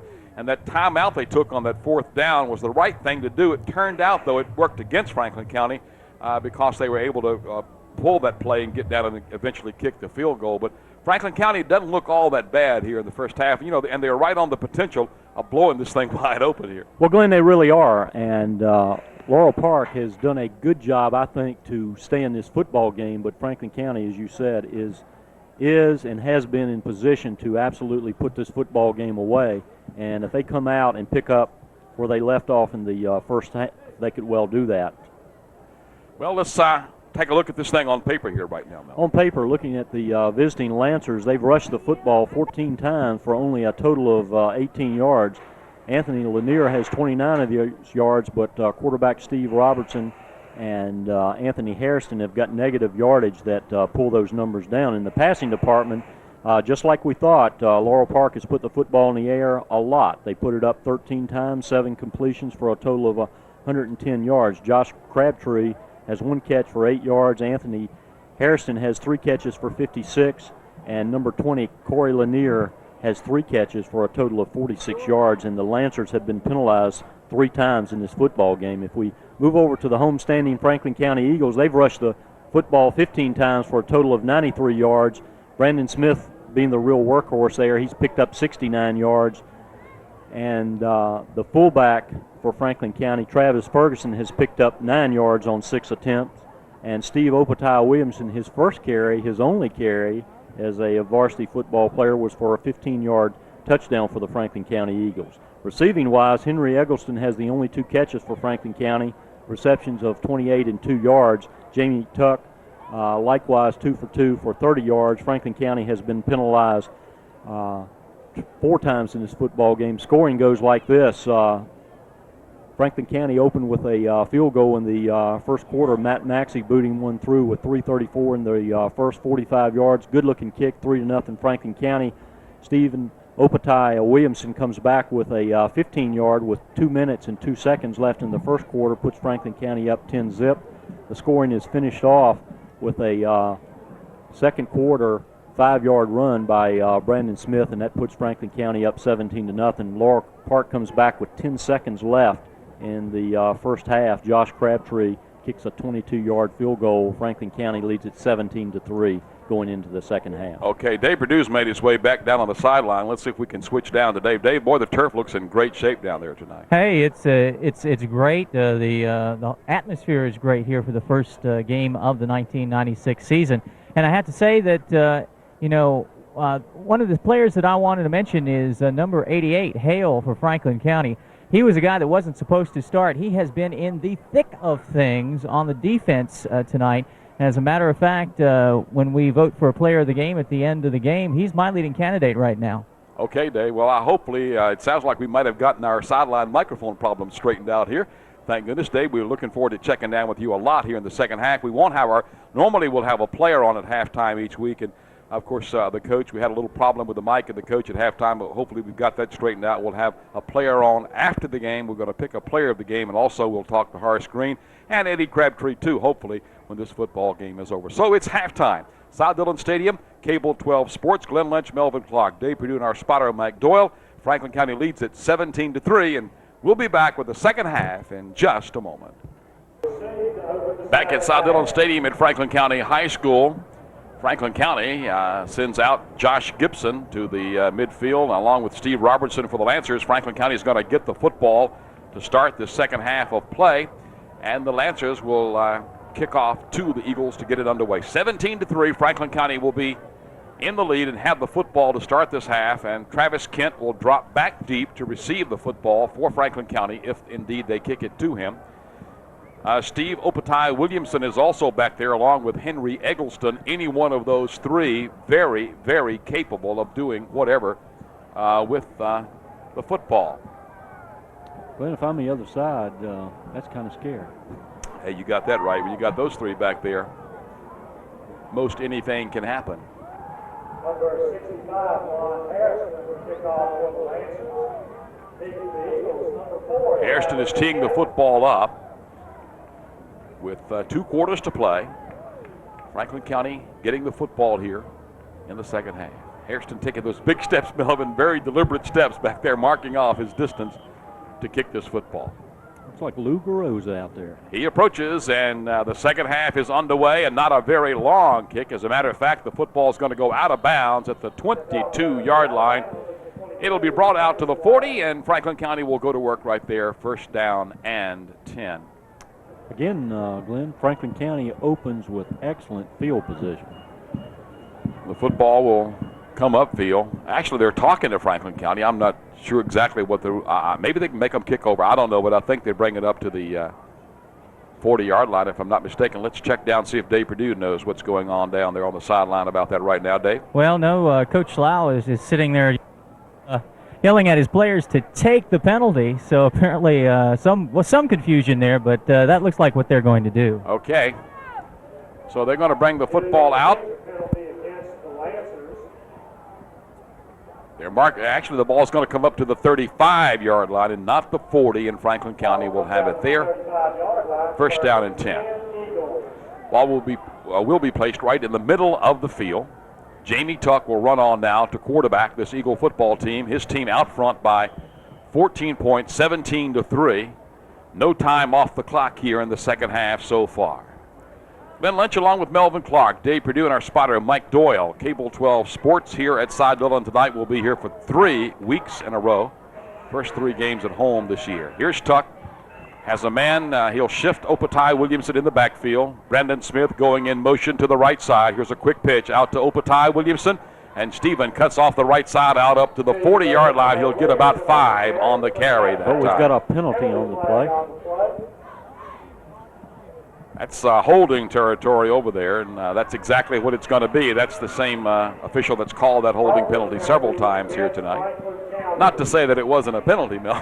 I'm not going to talk about the officiating. Okay, I was trying to get you started here. I know you I don't want to get started. Yeah, you do. Jamie Dunn's going to check in offensively for Franklin County, and I think we're going to see Jonathan Meadow come out of the ballgame. Jonathan is limping off the field. Boy, you don't want to see your punter come limping out of the game. Not a good sign. I'm sure they'll address that right away. Jennifer Sweet is right down to meet Jonathan Meadow as he comes off. Jennifer, of course, the trainer for Franklin County. So it'll be first down, but now it's going to be first and looks like about 17 for that first down. Stephen Opatai Williamson going in motion to the right side. Here's Brandon Smith on the carry over the left. Brandon will come out over the 25 up close to the 28-yard line. He'll get about a yard, maybe 2, before he'll be knocked down right there. And this will bring up a second down situation. Travis Kent going into the backfield for Franklin County. Jason Sawyer's coming out. Actually, Travis Kent will be at one of the wide-out positions, I would think, and not in the Franklin County offensive backfield.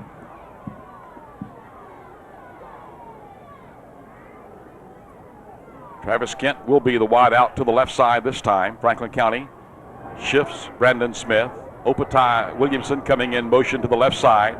And here's Tuck back to throw. Has a man wide open, and it's dropped. Stephen Opatai Williamson didn't look the ball in. It hits him right in the hands. A good throw by Tuck, but he drops the football, and it will bring up a 3rd down for Franklin County. Franklin County did a good job of setting that play up, and Jamie Tuck had a nice touch on the football. Opatai Williamson knew that he was open, and again, he tried to run before he caught the football. Dave Perdue, you were right at that play down there. It looked like the ball came right into the hands of Stephen Opatai Williamson. He just couldn't hang on. That's exactly right, Glenn, and he could probably hear some footsteps. It looked like a Laurel Park defender was setting up to give him a nice swat if he had caught it. It's 3rd down and long for Franklin County. Split backfield. Opatai Williamson coming in motion to the left side this time. Here's Tuck with a football back, hands it off right up the middle, and on the go is still going is Brandon Smith, breaking tackles all over the place. He's out to midfield. It'll be 1st down, Franklin County. Chad Wilson finally runs him down. We're going to get a replay on this. Hey, what, Glenn? Brandon Smith running with a great amount of determination tonight. Won't give up at all. Jamie Tuck will huddle him up. Here comes the replay on that, and watch Brandon right here. He'll just keep going out to the 49-yard line, and it's going to be a 1st down. Actually, they say the ball, nose of the football, just about touching the midfield stripe. 10:22 to play in the 3rd period.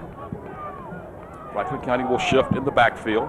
Stephen Opatai Williamson going to the right side in motion. The quick pitch is out to Brandon Smith. Smith cuts upfield. He'll get over the 50, down close to the 45-yard line before DJ Cabanis makes the stop. Again, the quick pitch there, it's wide open with the foot speed that Brandon Smith has. He's going to pick up some yardage. I want to see him throw the ball to Jacob Gibson, the big 6'5", 239-pound sophomore tight end. And I'll tell you what, if there's a man on the football field, he's one of them, I guarantee you. If he's not, he's going to be. Oh, man, before he gets out of here, he's 6'5", and this is no joke, 239, just a sophomore. Big boy.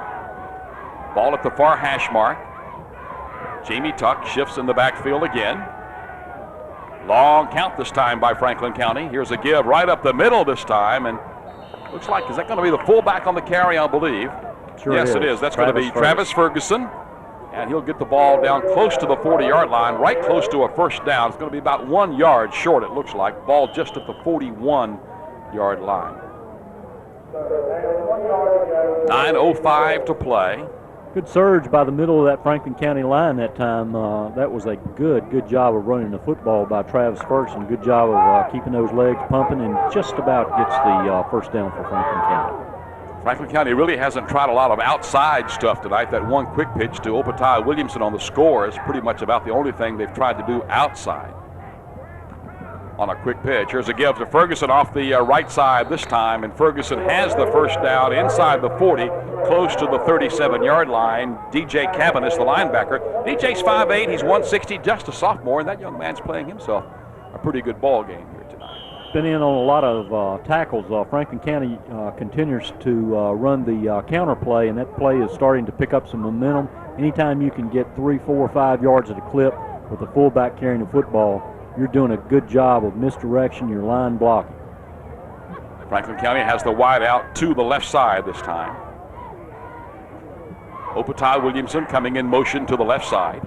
Quick pitch out to the left this time to Brandon Smith, and he has some room out there. He cuts back and gets the ball down close to the 20-yard line. Todd Hudson is one of the young men down in front of him blocking out there. We'll get to see this one again. 8:05 left to play in the period. The clock is going with the Eagles down at the 21-yard line. There's Opatai Williamson coming in motion. Here's a quick pitch. Almost threw the ball behind Smith that time, and he waits on a blocker and got to the 21. You know, looking at that replay, had Brandon Smith just blown it up through there, he'd be in the end zone with 6 points. Right, and we've talked about that a little bit, and I'll guarantee he'll get a little help with that. but he's doing a great job. He's gone over 100 yards rushing this football game. Travis Kent wide out to the right side. Have a man going in motion. That's Ferguson. And here's Jamie Tuck back. Jamie will lay the ball out there. There's Travis Kent. It's overthrown, but he was out there. Tuck just put the ball up a little too high that time. Travis Kent got in the open. And I'll tell you what, when you put Travis out there, they're not going to cover him one-on-one. He's going to get in the open. They did not cover him, and the reason Travis did not catch that football is he had to turn, and he lost sight of the football, and that turn and losing sight of the ball just could not come up with it. 2nd down and 10 now. The Eagles come to the line of scrimmage. Flanker out to the left side this time for Franklin County. Tuck will send a man in motion. That's Steve Opatai Williamson. Here's a give to Brandon Smith over the right side. Has a hole. Brandon tries to cut outside and will get down to the 15-yard line. And boy, he was one arm away from getting it in the end zone that time. He sure was. He's rushed the football in this 3rd quarter 5 times, Glenn, for over 50 yards. Okay, Corey Lanier made the stop from that cornerback slot that time. Clock is running, 7:04 to play. 3rd down and about, we'll call it 4 for Franklin County at the 15-yard line. Eagles need to get the ball in the end zone right here. And Franklin County got a substitute lineman in the football game, number 56, Mike Casey, 5'7", 255-pound junior lineman. Josh Gibson over the ball. Here's a give over the right side. Henry Eggleston, and Henry dekes it inside, cuts inside the 10, 9 down to maybe the 7-yard line. He will have a 1st down. It'll be 1st and goal for Franklin County. Ended up not being a very bad crowd. We've got a lot of folks standing around the field here as usual for Franklin County, and the fans have filled up the stands here pretty good, and right many people are across the way over there. Some of those are Laurel Park folks, I'm sure, that have come here tonight, and I'm sure some of the Franklin County fans also having to set over there tonight. Good job by the Franklin County faithful. Got 2 weekends in a row to continue to work on filling up the house. A give this time to Henry Eggleston over the right side. Henry breaks the tackle into the end zone. Touchdown.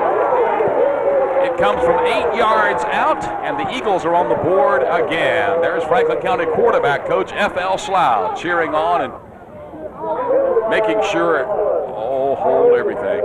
Ouch. It's going to be called back. My goodness.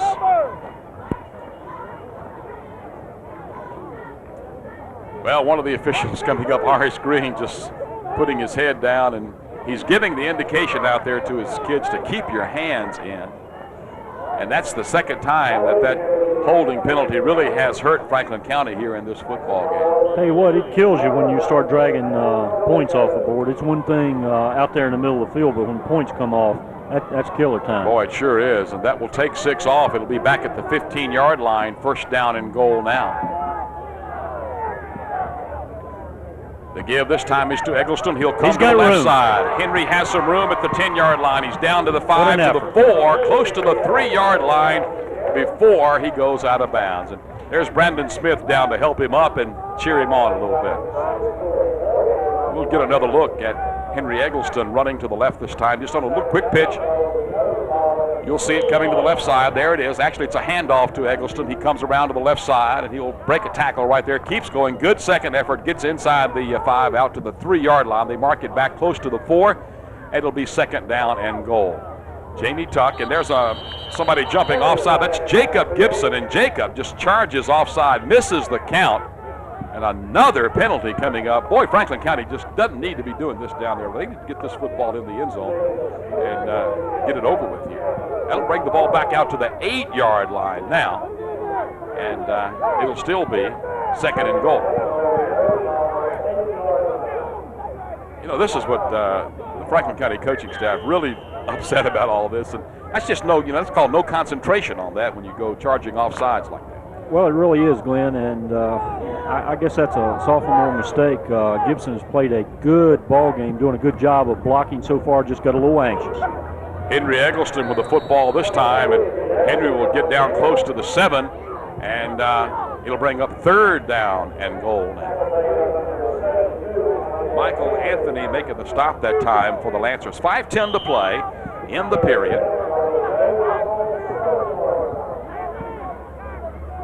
Well, I would think we would probably see the kicker, Matt Maxey, come on if the Eagles don't get it in the end zone on this play. Maybe not. We'll wait and see what the coaches call. But obviously, after kicking the 45-yarder, this would be a chip shot down this close. But we'll see. Henry Eggleston gets the football. He'll go in the end zone. Touchdown. Are there any flags? No.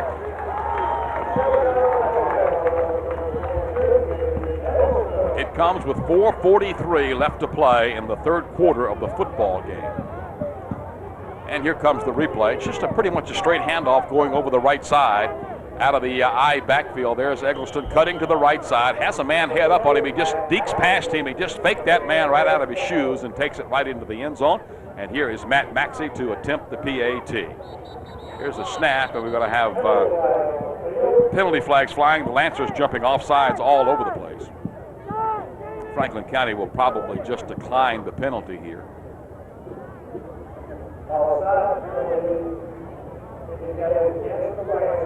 Let's see what they do. Yard and a half right here doesn't really make any difference as far as Maxey goes. As a matter of fact, when you're used to kicking it from that regular position, you may decline here. Let's see if they do. They do decline it, so we'll attempt the PAT again. Again, there's 4:43 showing on the clock. It's 23-3, Franklin County. Bad snap this time, and Jamie Tuck picks the ball up, but he'll be thrown for a loss back out at the 15-yard line. So a busted PAT attempt on a bad snap. Timeout on the field. 4:43 to play in the quarter. Franklin County leads 23-3, and we'll be back after this timeout.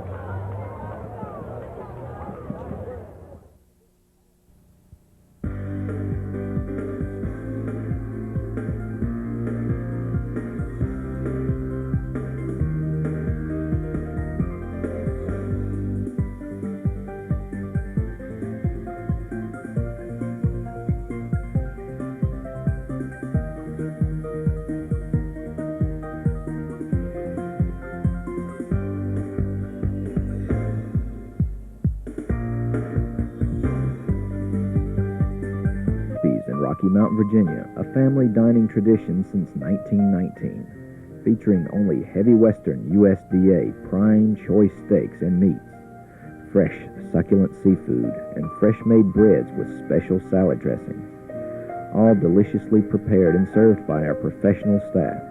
Open Tuesday through Sunday at 4 p.m. Banquet and party rooms available. For reservations, call 489-5600. At South Dillon Stadium at Franklin County High School, 4:43 left to play, 23-3 Franklin County on the scoreboard. And Franklin County is going to have Josh Hale kick off. The deep man is going to be Anthony Lanier for Laurel Park. So Franklin County in control of this football game right now. Hale kicked the last time and kicked it into the end zone. Josh approaches. And again, it's going to be a high kick. This one won't go in the end zone, though. And they will have it Lanier at the 5-yard line, coming outfield to the 10, 15, 20, up over the 20 to around the 24-yard line. And he'll go to work right there. It looked like Henry Eggleston was one of the folks down there to make that stop. Henry was down there, and also Travis Kent. Travis Kent doing a good job of circling around from that outside position. I mean, he's down there quicker than a cat. Well, we're going to pick a player of the game for this one, and as far as I'm concerned, things are still a little bit up in the air right now on that. We've got 2 or 3 people, maybe candidates right now, including Josh Hale, Brandon Smith, maybe even Jamie Tuck. When are you going to make me show my hand? Not yet. Okay. Man going in motion for the Lancers. Here's Robertson. Long count this time. Robertson back right over the middle. There's a man, and it's going to be incomplete. Anthony Harrison, the ball was thrown a little bit behind him, and it goes incomplete. It will bring up a second down. That'll stop the clock with 4:32 left to play. We need to say a word of praise to the grounds crew here. The Coliseum manager has done it again. He and Jerry Little got out here, Donnie and Jerry, and the field looks great here for this opening game tonight. They didn't get the red outside out-of-bounds marker down yet, but they'll have that before the season is over, I'm sure. Here's Robertson hanging it up, and it's going to be incomplete. Franklin County had Donnie Hutchinson out defending along with Henry Eggleston. And if Donnie could have gotten to the ball, he could see it. It was overthrown. He might have had a chance to pick that one off. Well, Glenn, that was really a dangerous throw on Robertson's part. He tried to throw the football away, but when he throws the football long, the ball has got a lot of hang time, and when it hangs up there, our defensive back has got a long time to run underneath it. It's called anybody's football. You got it. Travis Kent is in defensively now for Franklin County. Looks like he's going to be the deep safety man here on this long third down. Let's see what Robertson does. He has a man going in motion to the right side this time. Robertson dropping way back. Look for a little screen pass coming up. It's thrown over there, and it'll be out of bounds. Got a penalty. A penalty flag coming up.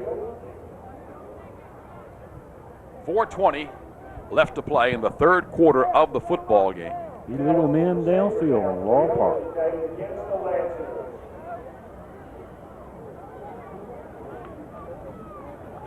Well, let's see what they do when they sort this out. They're going to have to kick the football.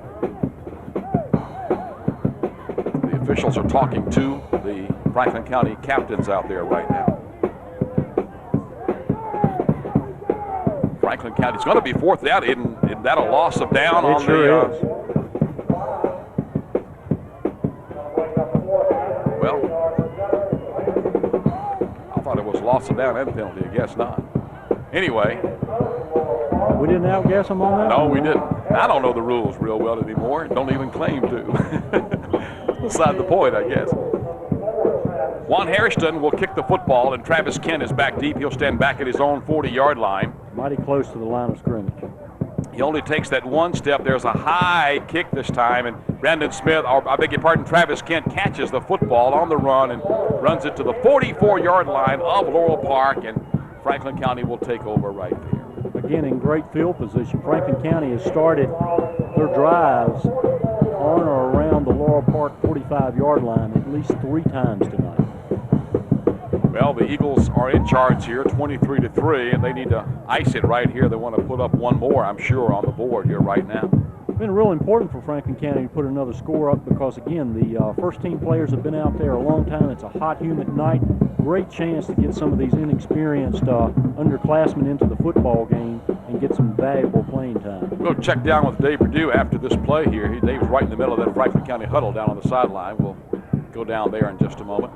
Henry Eggleston coming in motion to the left side. This time, quick pitch. This time, it's back to Brandon Smith. And he could Smith go. Cuts outside. Somebody grabs him by the jersey from behind and drags him down at the 30-yard line. Dave Perdue is right down in the middle of that Franklin County huddle down there. Dave, a good play, but what I wanted to do was come down and ask you about the mood of the Franklin County football team on the sideline right now. I'm sorry, Glenn. I didn't quite hear what you said, but the Franklin County running game is just taking over right now. They had that big jumbo set there down near the goal line, and even though they had 3 penalties down there, still managed to punch the ball into the goal line and during that last series. Okay, we saw the replay as Dave was talking on that play. And here's Henry Eggleston over the right side. Henry Deeks cuts outside. Henry's going. He's down to the 5. He's into the end zone. Touchdown, Franklin County. You know, the most beautiful thing on that play was the split the official did right in front of the front of the Laurel Park goal post, and still had those hands up calling that touchdown. We'll more than likely get a replay. Yeah, we do. Henry goes over the right side. He just cuts right between players, and somebody's there trying to drag him down. They can't get him down. That was Anthony Dillard, I think, at cornerback, and Maxey runs in to attempt the PAT, and Franklin County can go up 30-3 here. They botched the PAT attempt the last time. This time the snap is high. They botch it again, and let's see what happens. The Lancers get on the football, and the PAT attempt will be no good. So Franklin County having a little trouble on the snap the last couple of times, and they do not convert on the PAT. So with 3:31 left to play, Franklin County leads it here right now by a score of 29-3. Cable 12 Sports, we're back at South Dillon Stadium with Franklin County leading 29-3. Hale has it teed up to kickoff, and Anthony Lanier, the big fullback, 5'10", 170 senior, he's had a big workout tonight. He's played both ways, offensively and defensively. He's the deep man. Here comes the Hale kick. A short kick this time. It'll be taken by Lanier at the 20, up to the 25, 30, out to the 35-yard line. And He's dragged down right there. So the Lancers will have a first down situation. Henry Eggleston again down, helping out on the stop. And obviously, Laurel Park, if they're going to get back in this football game with 3 minutes and 23 seconds left in the third quarter, they're got to make something happen right now in this series. Well, let's see what they do. They really haven't thrown the ball a lot here recently. They've gone to the running game somewhat. The passing hasn't worked very well here the last couple of series. Well, they have struggled. I've got them 2 throws in the third quarter. Right. Here's Robertson, has a man going to the left side in motion. There's a little quick pitch inside. This time it works. Lanier will catch the football. This is Corey Lanier this time, and he's out up over the 45, close to the 48-yard line before Corey Witcher makes the stop for the Franklin County Eagles. 2:47 left to play in the third period with the Lancers in control of the football. Franklin County in control of the scoreboard right now. As Parsgreen reminds us, that is the most important thing. He always reminds us of that. It's a first down for Laurel Park, one of the few they've had in this half. Robertson back to throw. Now he runs out, sprinting to the right side. Has a man up there. It's caught, and he's knocked out of bounds, but not before he gets to the Franklin County 39-yard line. Winston Coles, the split in on the catch that time. Jason Sawyers over to make the stop. We'll get another look at that one. That was just a good play. Robertson just took the ball and looked upfield, then tucked it down, ran to his right, threw the ball, and Coles was wide open out there. Franklin County not getting that good pressure on the quarterback. The receivers have got plenty of time to get open. Jason Sawyers comes up to make the tackle on the sideline. Here's Robertson. A little quick in pass this time, and it was intended out there for Crabtree. And I'll tell you what, that's a situation right there where one of the others is going to score. Donnie Hutchinson went up, and boy, I'll tell you what, if Crabtree hadn't have fallen down, it would have been touchdown time, because Donnie Hutchinson, he went up for the interception and hoping to score. He had an open field, but he didn't get the football, and had Crabtree caught the ball, he'd be standing in the end zone right now. Then you're exactly right. Hutchinson mistimed his jump just a little bit.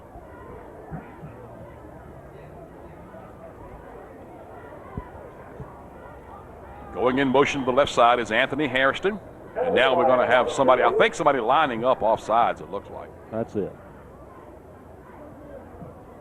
Illegal procedures to call against the Lancers. Okay. The flag came out actually before the ball was ever snapped. So it'll be a 5-yarder marked off. It'll come back to the 44-yard line. It'll be second down and 15 now for Laurel Park. They've got twin slots this time. Anthony Hairston going in motion to the left. Here's Robertson rolling back, gets one block, throws the football upfield, and it's going to be incomplete, and the flag is going to come out. That time, Gibson is going to be reaching around, and they're going to call him for that. When Jim Dillon lassoed the quarterback, Robertson, I mean, he put him on his back. And he's a little bit shaken up now. Here's a replay on that, and you're going to see Dillon coming up. Boom, and there he was. He got the good hit, but the ball was thrown, and it's going to be pass interference called against Franklin County. They're marking it off right now. Ball will go down inside the 30-yard line to the 29, and it will be a second down in the length of the football. Actually, it's supposed to be a first down, I think, isn't it? Yeah, they're okay. They're moving the waving them now. on. Yeah, okay. 1:41 to play in the third period, 29-3, as Franklin County is in control of this football game here right now. In control and making the plays, but penalties hurting. Yep, those little mistakes are really hurting right now. Here's a little quick pass over the middle to Anthony Hairston. Somebody had Hairston, let him get away. Henry Eggleston finally makes the stop. But, hey, the Lancers have the football down at the 16-yard line, first down and 10. Jim Dillon had the man tackled. He just ran out of his grasp. Not a good job of wrapping the man up, tried to arm tackle him. We'll see if Franklin County can stop this Lancer drive here right now as they are moving the football with the help of a few Franklin County mistakes. The ball is at the 16-yard line. And we'll check down with Dave Perdue here in just a moment. Here's Steve Robertson. Steve rolling out to the right side. Franklin County comes up. Robertson will run out of bounds. Actually, he just falls down at the 10-yard line. He stays inbounds. It's going to bring up a second down.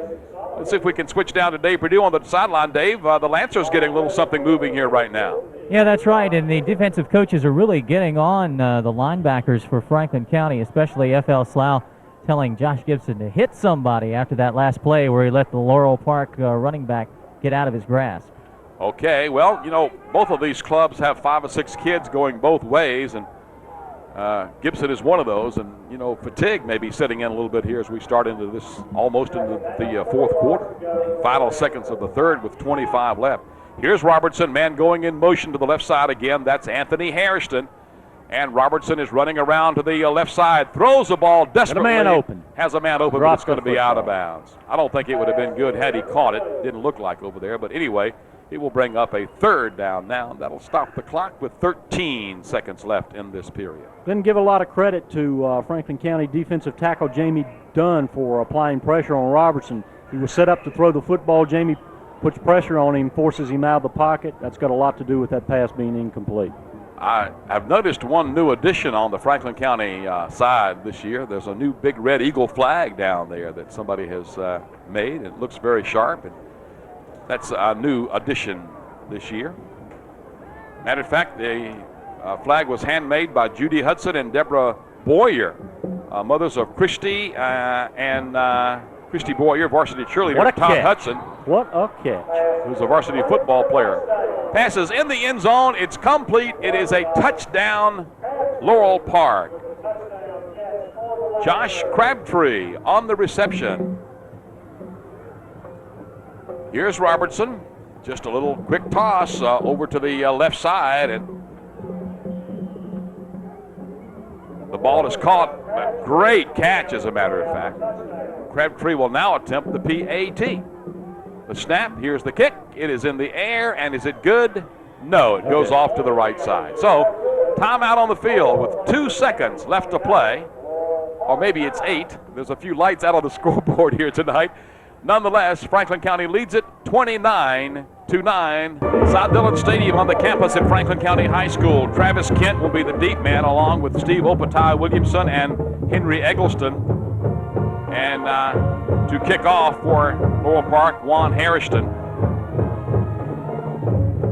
29-9. This will be more than likely the final play of this period.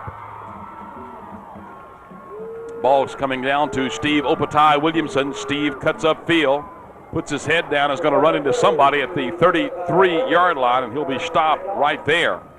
Junior tackle Jamie White stood Opatai Williamson up on that time in a great form tackle. Linebacker, he normally is in that position on special teams right there. 5'11", 210 junior, and Jamie White. While we think about it, let's welcome all the viewers in the town of Rocky Mount to Cable 12's coverage of Franklin County High School football. I know Cable 12 has been trying to get hooked up with town for a long time. It's finally happened, and we welcome all of you viewers.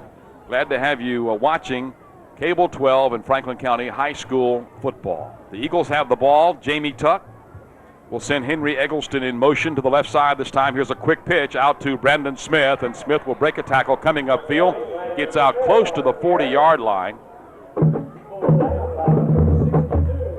And that will be the final play of the third quarter. Don't forget, we'll hold it here and tell you what's going to be happening in the near future with Franklin County High School football. We're right back here next week. Magna Vista, again, another Piedmont District foe coming in here to take on the Eagles of Franklin County. It'll be the opening game for Magna Vista. They were 5-5 a year ago, and talked to Don Bateman a lot last year about his team, and he said, you know, they were very young and they were learning and had a few other problems with young kids. And, you know, it takes, you move up from that 9th grade and JV level to varsity. It just takes a while sometimes, and especially when you got a lot of young kids. And they ended up 5-5. They weren't very pleased, but they've grown up a little bit this year, they say, and expecting to have a much better football team. It'll be an exciting game here 1 week from tonight. We start quarter number 4. 12 minutes left. Franklin County leads it 29-9. They have the football. 2nd down and 2. Here is Jamie Tuck. The football is at the right or the left hash mark. Running room is to the right. Henry Eggleston going in motion to the left. They'll give it off over the left side again to Brandon Smith. And Smith will run the football right up field, out over the 45, close to the 50-yard line. He may have gotten just over the 50. Brandon Smith proving to be the workhorse for Franklin County tonight. He's carried the football, by my numbers, 15 times, and he has rushed for a total of 145 yards. The safety that time, 6'1", 170 freshman, Aaron Moore, making the stop for the Lancers. First down, Franklin County at Laurel Park's 49-yard line.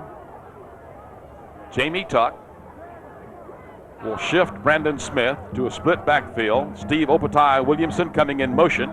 There's a give over the right side this time to Ferguson, the fullback. He gets a pretty good block and will run it inside the 39-yard line, and there's a flag coming out.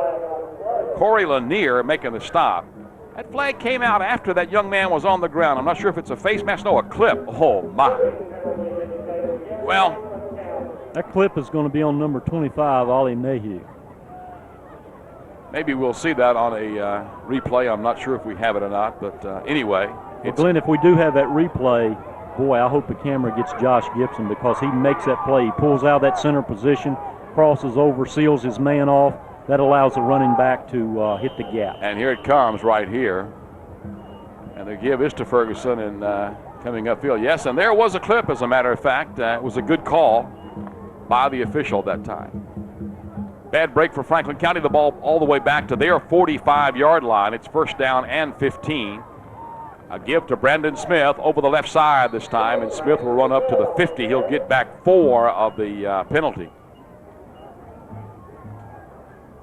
Kevin Kovac making the stop that time. Well, I guess you've got this game, you controlling the game, Melvin, and we're just seeing the running game of Franklin County tonight. But I know Jamie Tuck can really air the ball out, and I know that obviously on that one pass he threw over the head of Travis Kent in the end zone, it's obvious he can throw the football, and I'm excited about watching that son this year. Eagles haven't had to throw it very much tonight, and maybe they won't when they don't have to, but it's going to be exciting to watch that happen. Here's Travis Kent wide out to the right side. It's the wide out this time. Maybe they're going to put it up right here on second down, and maybe they are. Here's Jamie Tuck back, looking, being rushed. Got a screen pass coming up to Brandon Smith. Smith cuts upfield. A good run by Brandon, and he's going to be down close to the first down, close to the 41-yard line, and the flag is down. Well, I like that. They sent sent Travis Kent down as the decoy that time and threw back across field on a screen pass to Smith. And here it comes. You'll see Jamie Tuck look. They send Smith in motion a little bit. Now here comes Jamie. Watch him look. He'll look up. Well, you can't see that, but he looks up first to Kent, then throws it back across field. And Brandon Smith that time now, Melvin Clark, just blew the ball up through there like we were talking about and got some yardage. But, hey, another flag against Franklin County. 10th penalty in this football game for Franklin County, and not all the penalties, but I guarantee you the lion's share has absolutely interrupted momentum. Boy, it sure has. And Franklin County probably would have had a couple of other scores on by now had they not had all these penalties. Josh Gibson comes over the football. Donnie Hutchinson, the wide out to the right side this time. Henry Eggleston and Steve Opatai Williamson, the split backfield, are the two flanker backs. Now they shift Eggleston and send Opatai Williamson in motion out to the left side. And back to throw is going to be Jamie Tuck.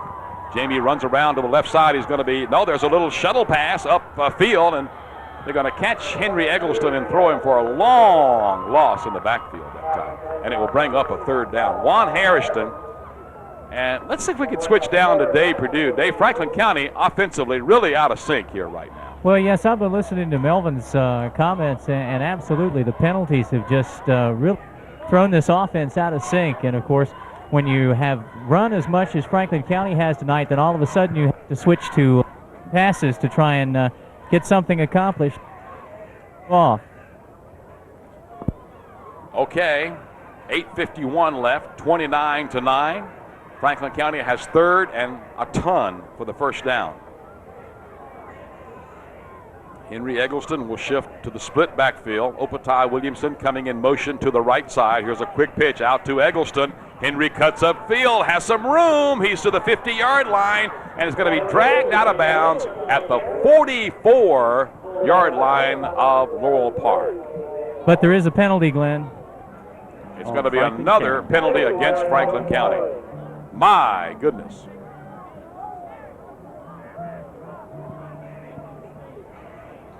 Well, let's wait for the official call. Horace Green is down talking to, looks like Travis Kent down on the sideline here. Let's see what the penalty is this time.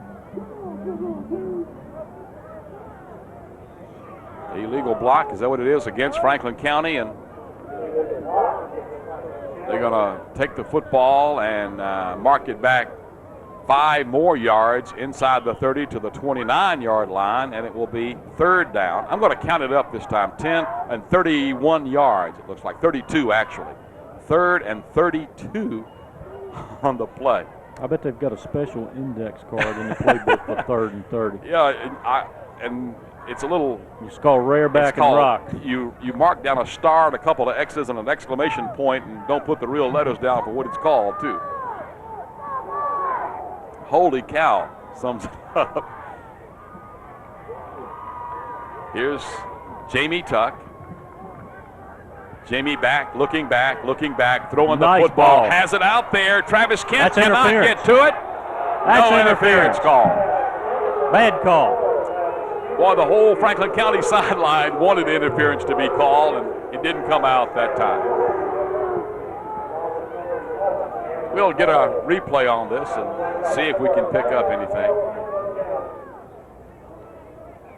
Here's Tuck faking the pitch, dropping back, looking, throwing it up there, and well, it sure looked like they got a hand up in Travis Kent's face, but nonetheless, no call, and Franklin County is going to have to kick the football away. And I don't think this is Jonathan Meadow back there to kick the football. This is Jacob Gibson. Yes, it is, Jacob.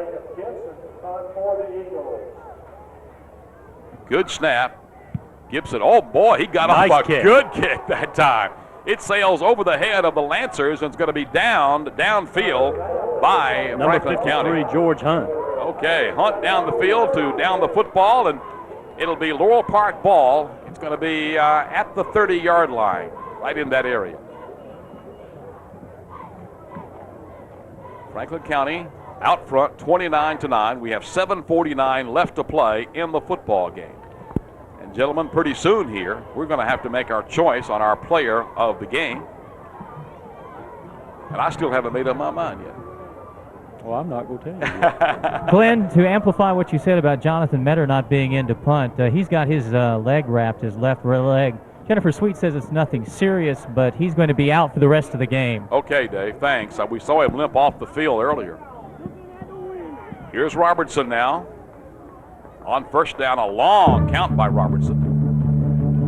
He keeps the football, goes over to the right side. I don't know. He followed the football, and the Lancers are going to recover. Franklin County had a shot.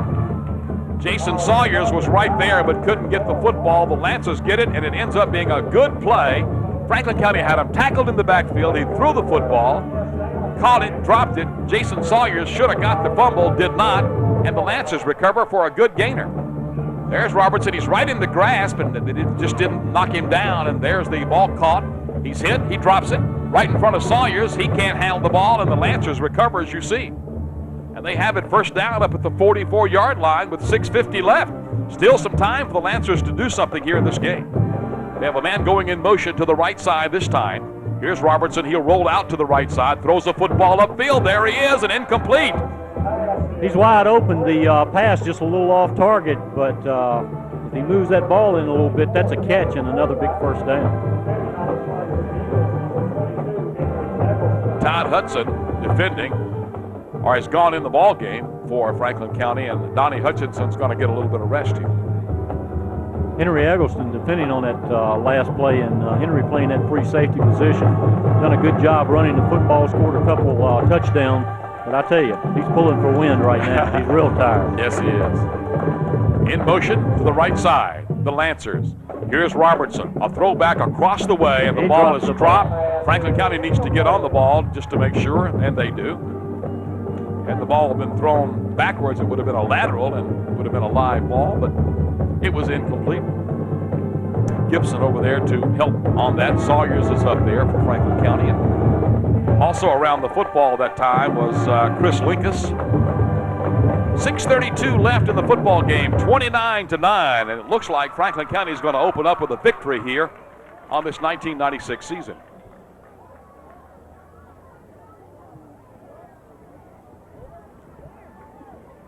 Here's Robertson.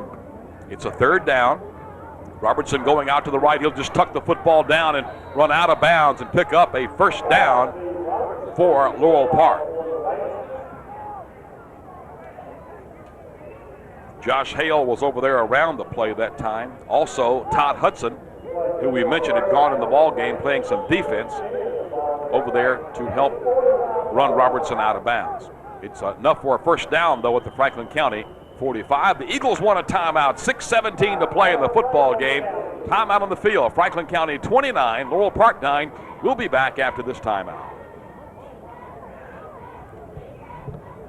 We are pleased to provide the After Loss Grief Recovery Program, which is specially created to help you deal with the grief that follows the loss of a loved one. A monthly publication is written to provide care and comfort to the grieving on various subjects as symptoms of grief, effects of grieving on health, and getting past the anger. This publication is provided to the families we serve and upon request by calling or stopping by Flora Funeral Service, your locally owned funeral home.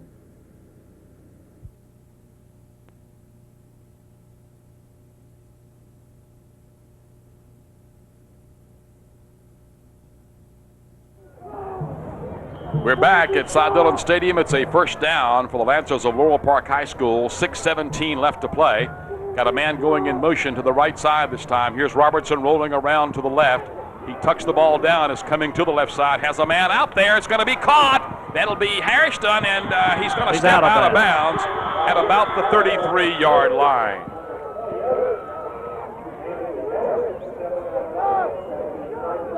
Jason Sawyers is the young man who is over there that time to knock him out of bounds. Jason is 5'8", 150, and he is a junior. Give a lot of credit to Robertson, the quarterback. A tough pass to complete, running to your left side for a right-handed thrower, and the receiver makes a great catch while bobbling the football and makes a good run after he catches it. Tell you what, 5'8", 160 junior Anthony Harrison's played himself a pretty good game for the Lancers. He's been out there every play, offense, defense. He's done everything, and had the presence of mind to hang on that time. Winston Coles goes wide to the right side this time. Also a flanker left. Man goes in motion to the right side. That's the left slot moving that time. And here's Robertson with the football. And Robertson throws it out there, and it's going to be intercepted by Henry Eggleston of Franklin County. If he can get to the sideline, he'll go. Upfield. Henry could go. He's at the 40. He's at midfield. Henry's at the 40-yard line. 30. He's at the 20. Henry is dragged down at the 12-yard line of Laurel Park.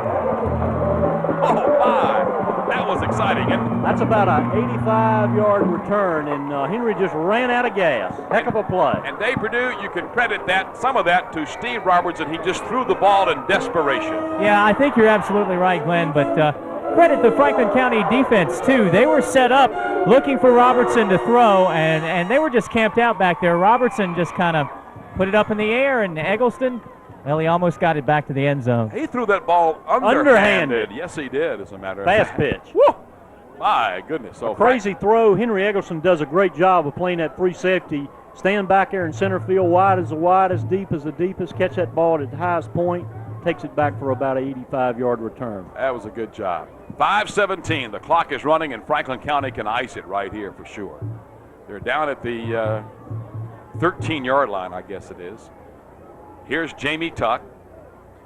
Has Brendan Smith going in motion to the right side this time. Jamie gives the football off, and here comes the running back around the right side on the carry, still going down very close. That's Travis Ferguson on the carry, the fullback, and Travis gets it down real close, and not sure if he's injured. Another penalty. Another penalty on the play. Yes, and it's against Franklin County. My goodness. Unsportsmanlike conduct penalty indicated against Franklin County. Well, if it's unsportsmanlike, that's almost inexcusable at this time in the football game. 4:51, you're leading 29-9. You're driving down to score. Why do you need to do that? 12th penalty, and again, that one really hurts. Yep, Franklin County, instead of being at the 3-yard line now. Oh, Glenn. Okay, Dave, thanks. It is first and goal because they were at the 3. Got Brendan Smith going in motion to the left side. Quick pitch is going to be out to Steve Opatai Williamson. He cuts it outside up to the 10-yard line. He's down very close and will be out of bounds at around the 3. The clock continues to go with 4:21. Now, you know, I'm not sure what the call is on this anymore because the clock continues to go, but Steve Opatai Williamson was obviously knocked out of bounds, and I don't really know how they determined when they stopped that clock on that, but they didn't that time. I think, quite frankly, the game is gone and just want to speed it up. Great effort by Opatai Williamson that time. He lugged the ball 17 yards and, again, has got his eyes on the end zone. Great effort. Well, look who's lined up at fullback. Bruce Cobbs is the fullback for Franklin County. And now we got flags flying all over the place. It's going to be illegal procedure, I believe, against Franklin County. Ben Cobbs has been in the football game before at fullback when Henry Eggleston scored one of his touchdowns. He lined up as somewhat of a decoy. Went one way, Henry went the other. I guarantee you a kid that big will get your attention. Hey. Here's Jamie Tuck. He'll give the ball off to Henry Eggleston. Eggleston will cut into the end zone and score. Touchdown.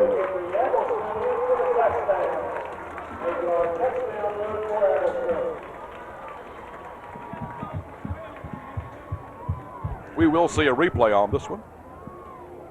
Henry gets it into the end zone. It comes with 3:28 left. Here's Jamie Tuck just giving the ball right off to Eggleston. He'll start to the right, cuts back, sees the seam, and turns it right up and gets hit at about the 3 or 4, but turns and takes it on into the end zone, and the kick by Matt Maxey is good. So will kick off. The ball is going to sail into the end zone for a touchback. It'll come out to the 20-yard line, and it will be 1st and 10 right there. The Lancers come to the line of scrimmage. Here is Steve Robertson. I beg your pardon, we have a new quarterback in the game here, it looks like now, for the Lancers of Laurel Park. I'll try to pick up. That's Aaron Moore, I believe. Is that a freshman? Is that Aaron Moore, the That's freshman? Aaron Moore, okay. Freshman, 6'1", 170 pounds. Okay, so ball game. Here's Steve Robertson. I beg your pardon. Here is Moore. He'll throw the football upfield. It's going to be incomplete, and that'll stop the clock. 3rd down situation. Here is Aaron Moore. Moore rolling around to the right side. The freshman looking, being chased, and he'll be dragged down and stopped back at the 9-yard line. The Lancers have to kick on 4th down. Travis Kent is back out at the 40-yard line. They get the football off, and Kent's going to chase it down. He'll pick it up. Tries to come back. Yes, sure does. Kent coming back upfield. Stiff arms one man and will be knocked out of bounds out of the 42-yard line. And maybe a late hit coming up right here. Exactly 1 minute left to play in the football game. Franklin County has it 1st down and 10 after the punt and a penalty back to their own 46-yard line. Here's Jamie Tuck. He'll give it off to the left side this time, and on the carry is going to be Marcus Wade, and Marcus is going to be stopped, and it will bring up a 2nd down. Elliott Wilson making the stop that time for the Lancers. The clock will run with 36 seconds left. Franklin County only has to run one more play. I don't think the Lancers would stop the clock here, Melvin. I don't believe. Don't believe it serves a lot of purpose at this point. No, it doesn't. While Franklin County is running this I'm going to have to vote for co-players of the football game and go with Brandon Smith and Henry Eggleston. You guys can fight it out. Well, there's no fight for me. I'm right behind you. That's exactly where I'm at. Dave? Well, I was with Brandon Smith all the way, but Henry Eggleston has definitely played a great game. I'll make it unanimous. Okay, so we're going to have co-players of the game, and as the clock runs out, the Eagles fumble, the Lancers recover, but they will not get a chance to run a play. So the final score, Franklin County 36-9 over Laurel Park, and we're going to switch right down to the field and have some post-game interviews with the coaches. It's all over. Franklin County has won it here 36-9. We're going to switch down on the sideline right now. Melvin Clark has our co-players of the game. Melvin, take it away. Thank you, Glenn Lynch. We've got the co-players of the game. First time we've done this with football, and with me is number 20, Brandon Smith, number 22, Henry Eggleston. Henry, you really came on that second half. You had a big interception, 3 touchdowns tonight. You and your teammates started off a little sluggish in that first series of downs. What did you do defensively to turn the football game around? Well, defensively, we knew we had to come out. We had to stop the short passes. But the short pass was just killing us. So our linebacker stepped up, and that just opened up for them to throw long, and we just came up big. Again, the things that you did to make adjustments, are those things you worked on in practice?